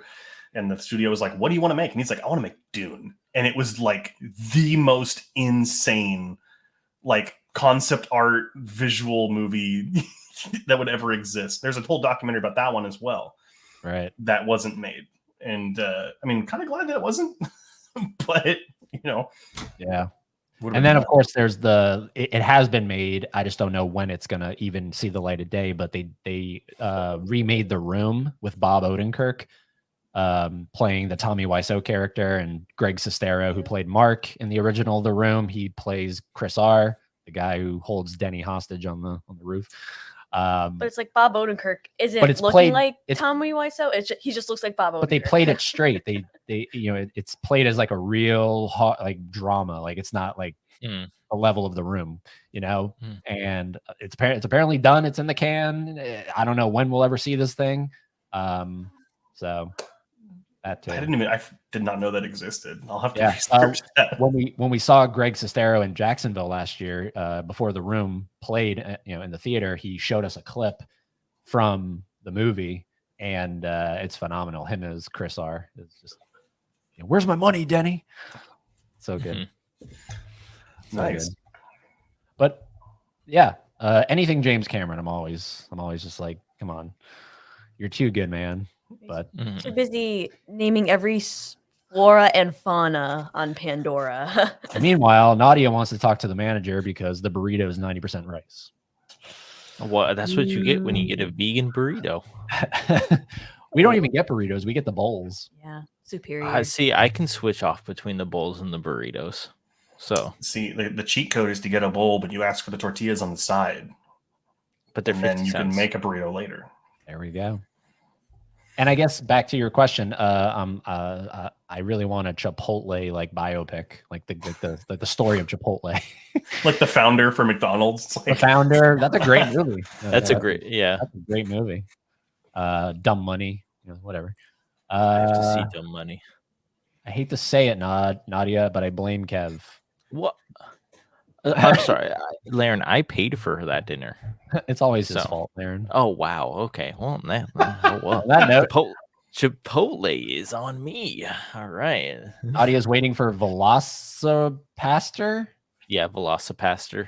It's a sci-fi exclusive pastor that is a velociraptor. Okay, so we'll keep this comment up here for a second. Kevin, I'm not like Kevin. I think you have more of a like you're like, yeah, whatever. It's all good fun. I think Garrett's more of like these movies that are purposefully made to be just absolute dog shit. How do you feel about those? Like Thanksgiving, Birdemic. Like, how do you feel about these things? You know, honestly, I don't feel that badly about them. because like there was one that actually Nadia that you have on screen came up in the Wheel of Fate, and I think it was called Ouija Shark 2. Yeah. And That one. and that was the same week that she won 2 places. So I had to watch Ouija Shark 2 and Norbit. Oh my And god. Oh yeah. Now Norbit makes me want to forget that I love film. It's the worst piece of cinematic excrement I've ever seen. It's worse Whereas- than Jack and Jill. Oh, easily. It's been years since I've seen Jack and Jill, but it's awful. But Ouija Shark 2, yes, it's a bad movie. But like I can tell that the people behind it were doing it because they loved it. They're like, I like filming stuff. I like making content. Filming stuff. Yeah, like it's not very good, but like, like it's like the guy who did Birdemic, right? He just loved movies, so went out and made one. Like that's super inspirational. Yeah, it's not good, but like there's a heart to it. Whereas like you get, I don't know, like big studio films that are really bad, right? And that kind of feels like there's no heart or any kind of love or passion behind it. That's what pisses me off more. Would you say like the sequels to like Sharknado or something were just no Those are cash passion? grabs. But the first one was like passionate, like movie going. The sci-fi movies I kind of go like both ways on. I don't know. I mean, maybe it's been a while since I've seen those. So Right. Wait, to merge what we're talking about now in like bad movies with the previous question of what movies do we wish we could see or be made, I want to see what the animated movie Food Fight was supposed to be before it got destroyed and remade from the ground up. It's with Charlie Sheen, I think Yep. Eva Longoria. You know What? about this? I don't it's know all about it's that. all like the mascots of like food brands, and it's like You an mean Toy animated film Story? about them. It's really It sounds like really Sausage odd. Party. That's what this sounds like. Mhm. kind of, but like it's like the Star-Kissed tuna would be there, and you'd be like, oh look, the Star-Kissed tuna is in a whorehouse. That's awesome. Like it was like really What? strange. Yeah, so it basically just turned into Sausage Party. Pretty much, but the whole thing is that it was like completely done. Like it was ready to be sent out and then it got destroyed somehow, some way. I forget. So they had to redo the animation from the ground up. And it was in like development hell for like eons. Damn. Mm. Yeah. And then it was like, all right, this is what you get. And then you get the poop squirrel or The poop whatever. Squirrel. Hey, caveman. Thank you. Appreciate that. And then a long forgotten face. I have not seen this face in here in quite some time. But Paul, what's going on, man? Happy New Year. He is in case you guys don't know, he's a theme park vlogger. He vlogs Universal quite a bit down in Orlando. Oh, okay. Nice. Makes me miss home. Yeah. And dude, I mean, your channel's kind of really taken off. So congratulations on that, man. Very, very, very cool. And then everyone's saying hi to Paul. He's very popular. And I still don't get the hate on the Norbs. Garrett. Every movie has its fans and doesn't have its fans. Yep. And I'd I'm love not a to fan say of that. either. I really do. Thanks, killing. I Really? will joke all day like, oh, this movie's awful. Like, and I do mean it from my point of view, but I don't mean that to ever demean someone else's point of view. Yeah, no, Like, yeah. Someone else is gonna like Nadia loves that movie. So like all power to her. I think it's fantastic that you have a movie that you love. Yeah. Cherish it. Something that came into my head, and I just wanted to highlight some of the comments, and we're kind of walking on, this is like eggshelly, but we'll try our best here. Who is someone that has been quote unquote canceled that you would like to see have a resurgence? I have my answer. I have mine. James Franco. Oh. I love James Franco, and Sausage Party is what sparked that. He hasn't done anything in like years now, and it's so upsetting to me because of his whole like sleeping with his students he was teaching and stuff. Like, come on, like he's so like you see something like 127 hours, and it's just like, God, this guy has talent, like. Put him in the right thing. Even The Interview, I think, is really funny. Like that's one of his best comedies. I love The Interview. So, obviously, we're not going to say Harvey Weinstein, but You know what I mean? You know. What I mean? I want to see this man produce more movies and take advantage of more women. Yeah, no, that's a pretty good one. You said you had one, Haley, or Kevin too? Johnny Depp. I love Johnny Depp. Johnny Depp hasn't been. He was canceled. During the trial, I think like I think everyone's on his side. Like no one's really on Franco's side except me. Nah. Well, I'm like Franco. I mean, he's on troubled waters, but I mean, he's not going to be found, right? He was mostly found like the winner, right? The Yeah. winner. Well, the winner. The winner. Well, Man, I won the That's how the kids in US court court, system works. baby. I mean, he's living fine. He's just not. It's sort of like the Alec Baldwin situation where it's like you're not going to see him. Was anyone going to say Alec Baldwin? No. No. Well, it's like since Depp got taken out of the Harry Potter world, it's not like you're going to see him in anything. I honestly don't think that was too much of a detriment. Honestly, that didn't really. I'm saying it's not like you're going to see him in anything anytime soon. Like, is Alec Baldwin necessarily canceled? No, but you're not going to see him in anything anytime soon. Yeah. Kevin, what's your answer? Oh gosh. I was gonna say, I mean, he's not an actor or anything, but people would hate to see this movie is a documentary about Elon Musk and how he has gained so much fortune and how he's created. I didn't know he was canceled. Elon Musk? I literally just looked up 14 celebrities who got canceled in 2022. So Elon Musk got canceled. Well, see, I don't know when he bought Twitter. Because I watched the Rogan podcast, and so he's usually on there quite a bit. So I'm like, I love when he's on the Rogan podcast. I guess he's cool because Joe's talking to him. Mm-hmm. I feel like of all the people who have like possibly faced such a fate, he's just been like no, and just keeps going. Like, so maybe that's why it can be forgiven for not thinking that. I don't know. And Garrett, what's your answer? I know eggshelly. If we're completely avoiding the eggshells, I gotta say Kevin Spacey. Kevin Spacey, literally one of the best actors we had in Hollywood, and then just the world really turned his back on him. But he was found innocent. Like the court found him innocent of all his stuff. But then he like constantly, every Christmas releases like a weird video of his character from House of Cards. That and then his name just came up in the Epstein stuff. So I don't know. It probably won't happen. But like, I don't know. He was so good in Seven. Like he was great in Seven. He's a great actor, and it's a shame it don't happen anymore. The funny thing is, he's great as a villain. That's the sad part. Yeah, he is phenomenal as a villain. One of I think the more underrated movies is a movie called 21, and it's about like the card dealing and like how like these people took Vegas for millions and everything, and he plays the professor that teaches them all this stuff, and he's great in that movie.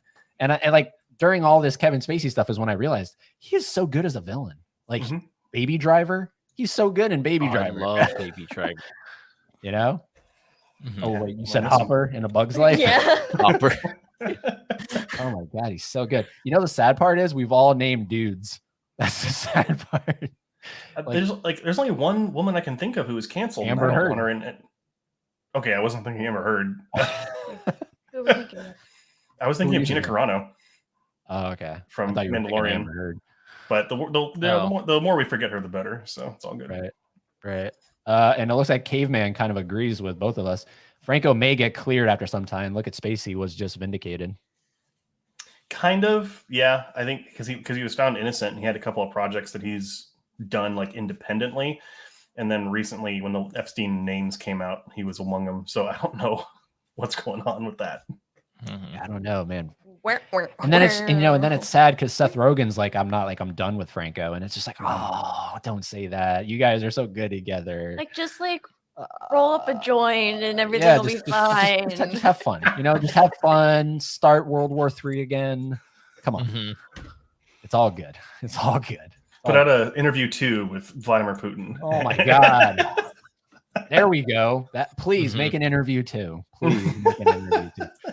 That is so good. Make another movie that questions the fate of humanity. Come on. That's so good. And then Laren wants to know, I think, well, this was before I asked the eggshelly question, but he wants to know, what is Kevin and Garrett's favorite John Carpenter? Ooh. Oh God, I gotta That's look easy. it up. Well, while Kevin's looking that up, I gotta say it's The Thing. The Thing. Thing is a near perfect movie. The Thing. I spelled John Carpenter wrong, even though it's on the screen. Oh, I put Chapender. Oh gosh. Recently, there was a couple of Carpenter's movies on the Criterion Channel in like a '90s horror collection, and one of them was the movie that like he made that made him jaded with Hollywood, and I forget the name of it, but I wanted to check it out. I know I was looking at In the Mouth of Madness was on the Criterion Channel not that long ago. Oh, yeah. Mhm. Well, we still have to watch that because that's the last of like he has like a trilogy. It's the what is it? It's The Thing, right? Or no, it's not The Thing. That's the thing. Is it The Thing? Mhm. No. Yes, it is. And then it ties into the one we watched about the church, It's. Prince of Darkness. That ties into that. I want to say so, Laren. I don't think it is. No, I think it's one of those '80s movies, and then it's the Prince of Darkness, and then it's In the Mouth of Madness. I want to say it's the Is like thing. some form of. It's not like a linear trilogy, like a Mhm. story-wise, but it's like he deemed it a trilogy. It's kind of like Edgar Wright in the Cornetto trilogy. Right. Yeah. Yep. I don't think it's The Thing. Laren, you have to know this. What's the unofficial Thing. Carpenter trilogy? That'd be so weird if it's The Thing. Because what does that really even have to do with anything? Oh, Prince of Darkness? could it be? That's another. Was it? Hold on, I gotta make sure that was Carpenter. I don't want to. I have them all pulled up. Which one do you want? Just list them all. What do you got? I have the Dark Star, Assault on Precinct 13, Halloween, Something's Watching Me, Elvis, The Fog, Escape from New York, The Thing, It's Christine, Starman, Trouble in Little China, Prince of Darkness, They Live. What the fuck is this one? Memoirs of an Invisible Man with Chevy Chase in it. Right. Now we're getting Body- into his like less critically acclaimed stuff. Body Bags in the Mouth of Madness, The Village of the Damned, Oh. Escapes from L.A. Apparently, because Laren is the Carpenter guy, he says it's known as the Apocalypse trilogy, and The Thing is in there apparently. Thank you. Mhm. That was the other one I was gonna say too. Big Trouble in Little China became a guilty pleasure of mine for sure. That movie's a lot of fun. But like when you compare The Thing to Prince of Darkness and In the Mouth of Madness, it just seems like an odd one that you would say is part of the trilogy. I don't know. Well, he said it's called the Apocalypse trilogy, right? And so I would imagine that all three of them deal with a situation that could potentially be apocalyptic. Right. So maybe that's the reasoning. I don't know. I haven't heard of this trilogy before, so which is Yeah. It's very loose. It's a very loose. Like I think Term. Carpenter was bored one night and he's like, "What movies have I made that feel like they could be a trilogy?" He's like us on Letterboxd. Like instead of making a list, he's like, which 3 movies of mine are a trilogy? Right. Well, He's- that's what Scorsese did, right? Like the companion films list. Oh yes, for when Killers came out. Right. He did a Mhm. companion films list. That was pretty neat. Yeah. Let's see here. A Wait, great I have movie mine. that I Spacey have is in mine. is Midnight in the Garden of Good and Evil. There's another long title. What the hell? That's a sick title though. Kevin, go ahead. They Live. That's hers. Yeah, just because of I watched it with Nadia for the first time, and just the message behind the what is happening, where they want you to see something, but it's actually happening Mhm. behind the scenes, is very, very intriguing to me, because that's basically what life is sometimes with marketing. So it's I really very like smart. It's a very smart movie. Subliminal Mhm. messaging. Yeah. it. Yeah. I always go to Christine. I don't know, just something about That was probably my second one, or Halloween. It was surprisingly not a lot of people mention it, or they even forget he directed Christine. You know, I forgot he directed Christine. see, everyone's like, "Wait, Carpenter did Christine?" Yeah, I don't know. Although I don't know, Eddie, you've flipped my opinion now. I think Duel is the better evil like car movie. What did you? Oh, yeah. Well, 100%. Yeah. Evil car movie. What a genre. Right. Duel is so good. Yeah, like Duel is so good. I'm happy you checked that out. Have you seen that, Kevin? Duel? No. You haven't seen Duel yet? No, it's, No. you have to be. No. You should put it on the top of your list, though. I think it's. I'm You'd love it. looking to see where it's streaming. Oh, it's not it's streaming. not. solid movie. I'll let you borrow the. I have the 4K. Go to Best Buy Oh, and okay. and hope they have one last copy before they rip it out. That's true. Okay, Nadia. Eddie's skipping my finger comment. Your finger comment. Yeah. Where is it? What? Scroll up It's we missed it. right there. Oh, okay. Sorry. Garrett, watch Freddy Got Fingered. What? Now, the only reason I know what that is because one.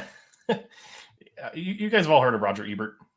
Of course, yeah. Universally, like his least liked movie of all time is Freddy Got Fingered. So that's the Over- only reason I know that movie.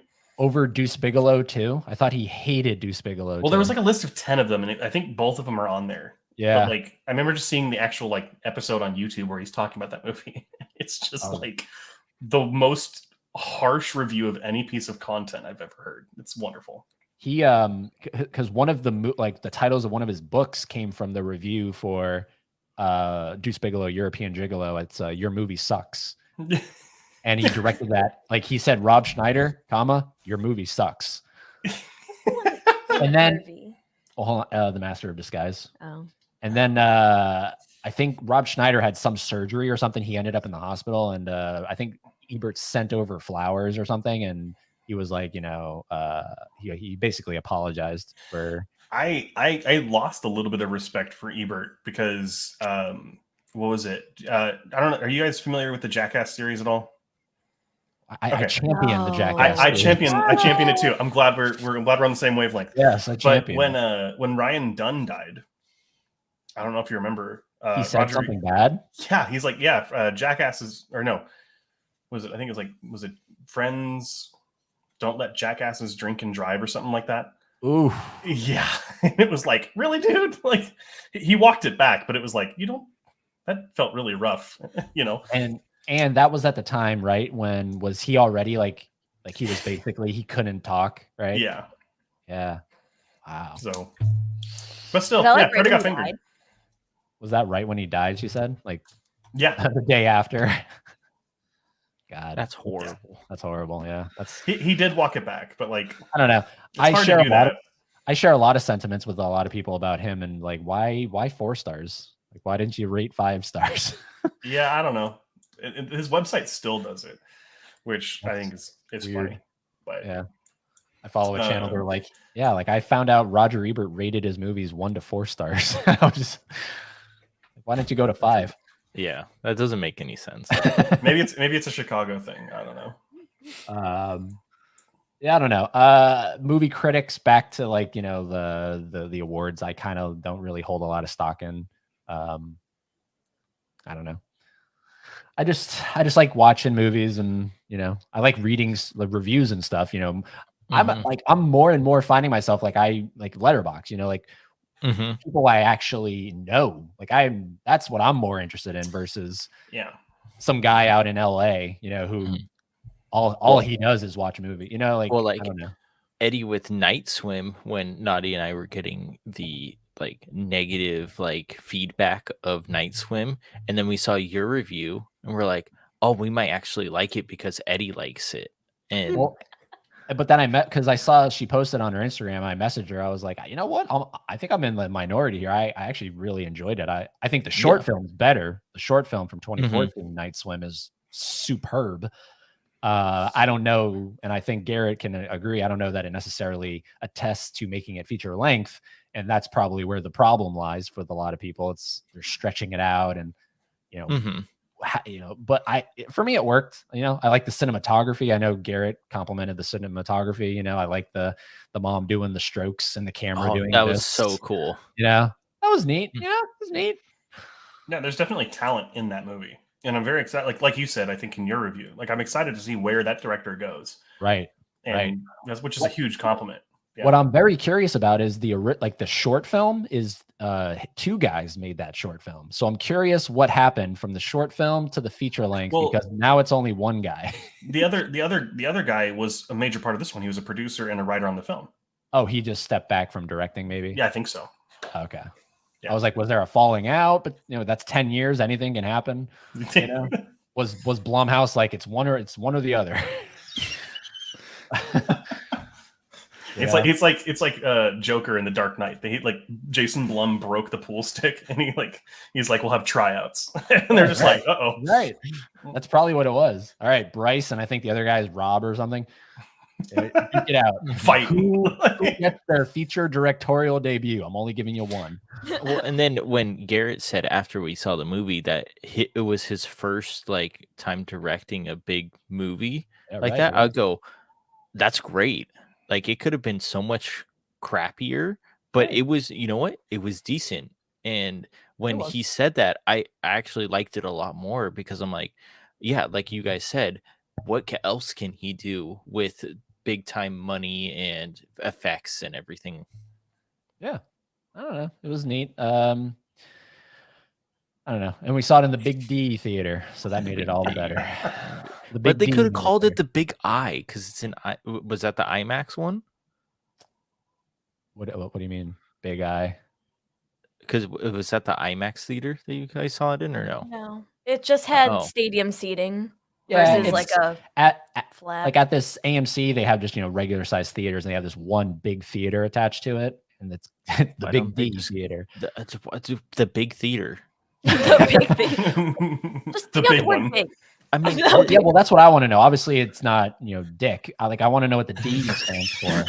What does the D stand for? it's not that. I thought it was. What could it? Big Dimension? Are they are they sponsored by Dolby? Like Big Dolby? Big Maybe. D. Oh, mm-hmm. Big Yeah. Dolby was my high school nickname for those of you who. Oh gosh, Didn't know. shut up. Wait, hold on. Is it this one? There you go. Got to get that snare drum tuned. Oh, and then Caveman says, good news regarding Amber Heard. No pillows were harmed during the making of Aquaman. Oh god. You know, you know. What? Yeah. I don't know. What happened? What's wrong with the pillow? What's going on with the pillows? She shit on it. She shit on pillows. Yeah. Oh, Johnny Depp's On pillows. Johnny's pillow. Yeah, Yeah. that's right. I forgot about that. God, I only, that's so long ago. I I feel only- like. yeah, seriously. I only tuned in to certain moments of that trial. Mhm. All the clips of Johnny Depp just sitting there snickering like a little child. It's just the best. Yeah. I don't know. Funny. There's a hotel in Vegas called Big D. Does it have to do with movies? Nadia, I why do you mean- know this? Yeah. Hold on. And then another villain movie with Spacey is The Usual Suspects. Yeah. Yeah. Has he ever not played a villain? I guess maybe Pay It Forward. That's a great question. Trying to think. Movie. I don't know. He's Maybe. usually a villain, which is very foretelling, unfortunately. Yeah, he's like Mads Mikkelsen. He always gets cast as the villain, which is so unfair. Right. Okay, so back to the 20 thing. We said Joker 2. You said Imaginary, and then Nosferatu. Mhm. Yeah, more than likely something will come out of left field, like it always does, Oh yeah, and then just blindside all of us. we But that's actually. Oh, go ahead, Kevin. I was gonna say that's what's nice about our passes, though. We can just go to a movie have no expectations going into it, and then if we like it, we like it. If we don't, we don't. Right. Yeah, and we actually, it's still sitting in my downloads. We filmed a video on our most anticipated movies of 2024, so that should be coming up pretty soon here, as long as I can actually, edit it. Right. And I feel like if you get it, as long as it's in January, right? Yeah, exactly. I think Before it's- any one of those movies comes out. Right. Yeah. The Beekeeper, number 10. Jason Oh. Statham.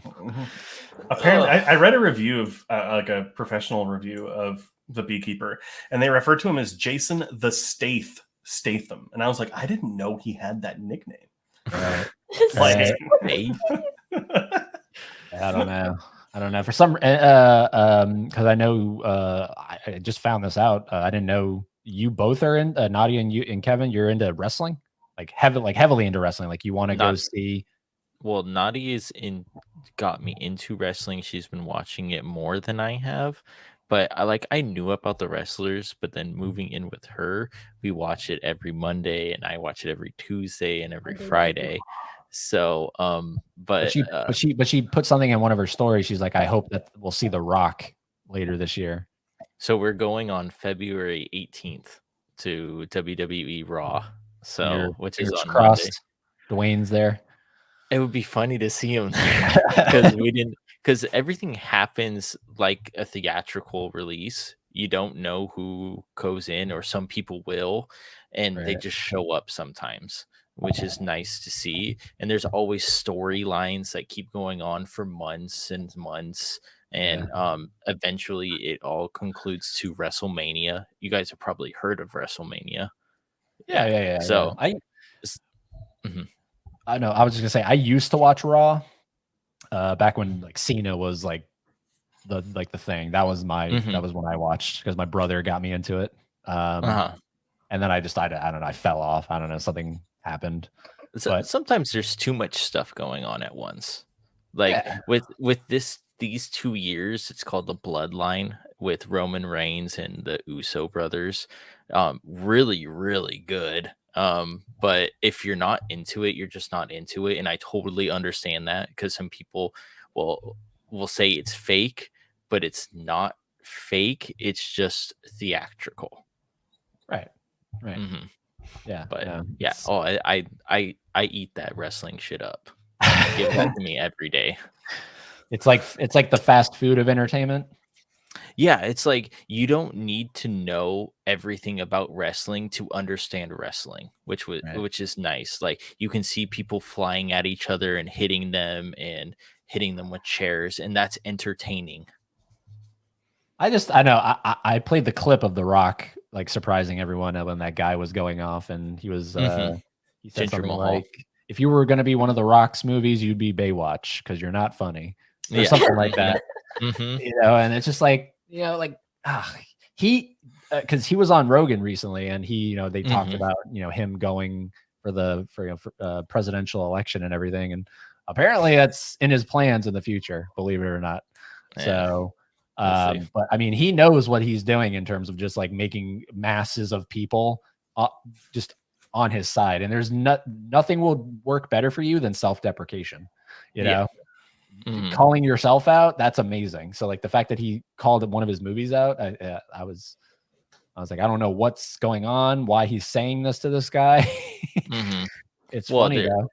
their promos in wrestling are really, really good if you understand what is happening. So, Yeah. like, there's this guy called CM Punk that left the company 10 years ago because of an altercation backstage, where he hit somebody that wasn't supposed to be hit, like actually like made him bleed and stuff. So he moved to another wrestling company, but then he came back to WWE 10 years later.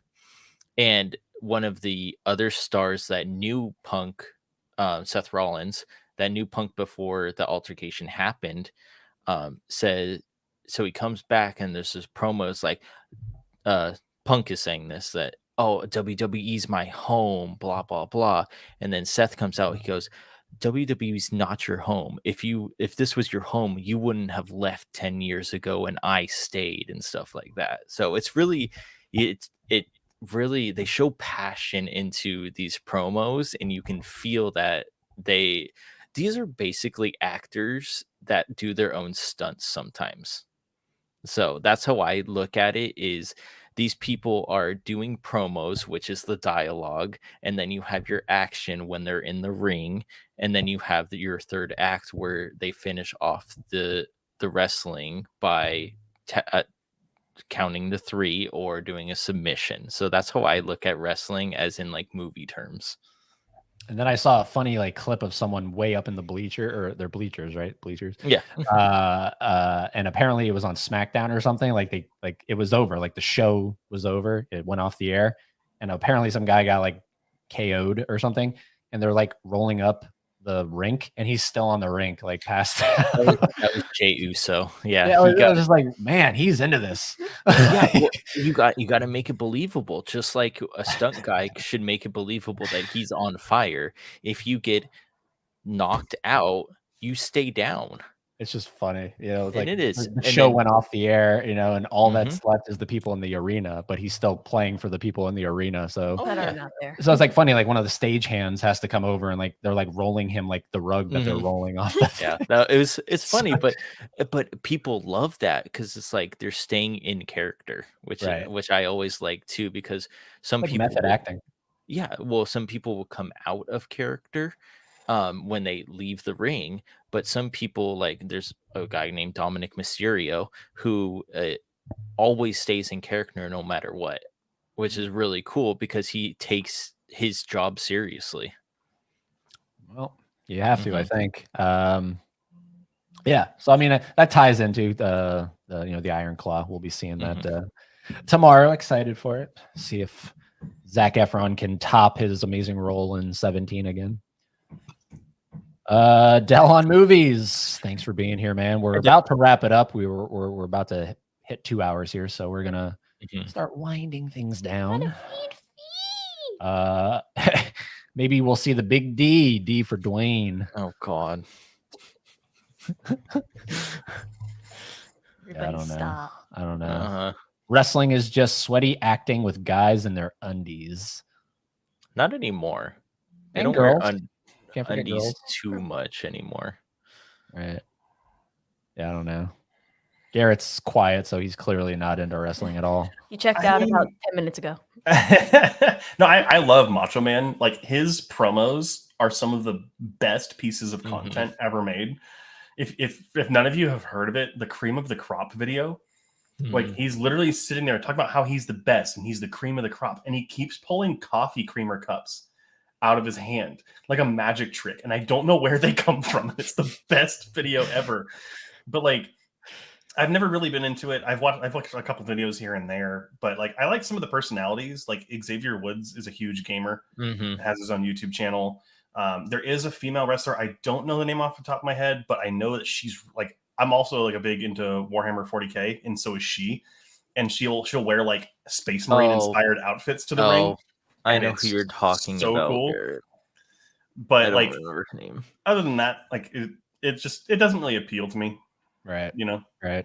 Because I don't know, like to me, it just feels like it's 3 story arcs that they always recycle, right? And like in a way, it's like 3 plots that we're just going to put a little twist on, And, well, that's what was nice about the Bloodline is it was a new story arc where this guy Roman Reigns, he's the head of the table, he can't be defeated, and then he has his brothers, which are actually his brothers, on the sides of the table, and they can't be defeated as well. But then a white guy from Canada, he gets into this family, and he becomes part of the bloodline, but he's not actually a part of the actual bloodline, which is really interesting. And then there's conflicts in the bloodline with this person that they trusted. So it's really like a movie that goes on for a year. Oh, great. Quality. I was going to say there's actually a really good South Park episode on wrestling too. And it's like, because they treat it like most of us who don't like wrestling see it is like theater. And so like all the representatives from like the WWE are like Broadway people. And they're like, oh, your second act was flawless. And the performance, it's a fantastic episode. That's another thing, going back to your question. I would love to see a live action South Park. That'd be weird. That'd be weird. I would love to see that somehow. Let's make it happen. I don't know. Or like maybe, like that hybrid, like, Lion King live action. You know what I mean? Like it's really not, not live action, but they're claiming it's live. Like VFX. Yeah, you know what I mean? So you can get those horrible. Because it would be very odd to try to cast real people as these roles. I could see like adults playing like their main guys, but the rest of the main characters are actual children. Like that's tricky to do, all that, because you have to keep the language, you have to keep the dirtiness. Oh yeah, like, they're all adults, and like they'll go to like their 4th grade classroom to like a classroom with actual 4th graders. Well, they could cast. You said you have a professor that is literally Mr. Garrison. It's scary. I've been waiting to like call over to Mr. Slave or something. Yeah. Mr. Hat. Mr. Hat. No, it's really scary. Oh my god. Hey, Vin, haven't seen you in here. Bloodline storyline was actually the best story arc in pro wrestling in a long time. South Park pro wrestling spoof episode was gold. The Scientology episode is gold. That's what's gold. Yeah. And the Mormon one too. Oh my god. I mean, there's so many that are gold, but Yeah. And then That's- apparently they're cousins, Kevin. They're not brothers, says Nadia. Oh, cousin, sorry. But all right, look, we've literally hit 2 hours, so I think that's a beautiful spot to hold hold this episode. We got to go feed our cat. Yep, yeah, you guys got to do whatever you got to do. So we'll wrap it up here, and we're just gonna. Well, we can't make both of you full screen at the same time, so take us out. we'll take turns. Make Garrett full screen. Hey, Garrett. Yeah, they've seen me. All right, so we'll make Garrett full screen. So Garrett, Oh, if that's you not want that's to- not. Just kidding, just kidding. Garrett, if you want to let everyone know about Real Watchers and the links below, but just plug Real Watchers. Of course, yeah. Real Watchers link is down in the description, like Eddie talked about. We do a lot of movie-themed content, a weekly show called Movie Club, where we talk about the top 250 movies on IMDb and Letterboxd. And Kevin and I get to talk about those, as well as a bunch of other video essays, top 10s, and things like that. We'll have a weekly live stream coming back sometime in the next couple of months, going over movie news and current things and other fun activities. And it's just a good place to come if you want to maybe learn a little bit about, movies and kind of, more of a positive environment, which is what we strive for. So I agree. Yeah, no, you have like your top 10, just like the one I guess that takes more time to edit is with the voiceover and everything. That's That's all him too.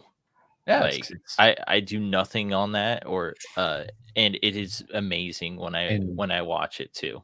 You have no plans to do anything like that. I'm not like edit savvy or anything like that. And I don't really have time to do that as well. So that's the other thing. But Gotcha. we also have our Real Watchers Awards coming up soon, hopefully. Ooh. So which would be it's our best of best and worst of worst that you should look out for as well.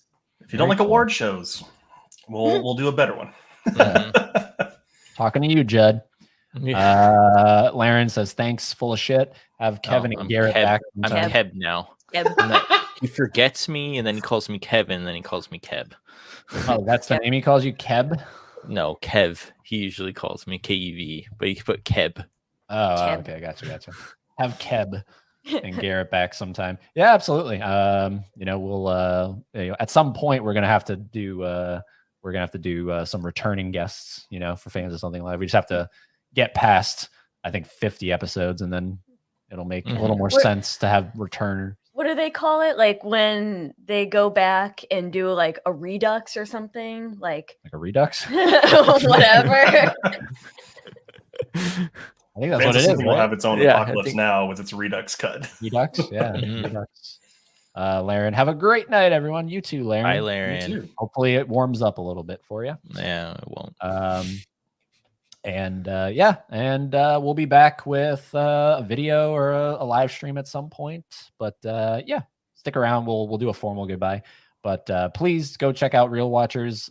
Check them out. I don't like to tell people subscribe to them right now. You better do it. But if you like what you see, then obviously you know what to do. We'll definitely have Garrett and Kevin back on. And again, shout out to Adrian. I know he was an integral part of Integral. Integral? Yeah, he's still here in spirit. Yeah, an integral part of the channel. Like he died. He didn't. He's fine. And forever be here in our hearts. I guess we're just destined to never meet the guy, because I thought we would meet him out in California and never met him. And I thought we would meet him at some point here and haven't met him. Maybe he's not real, actually. So we considered that. Yeah, it's the most advanced AI software ever written. The metaverse. But getting out of hand. Thanks for watching FOS Live 33. We'll be back very soon. And until then, there's one thing you have to do, and that is keep being fans of something.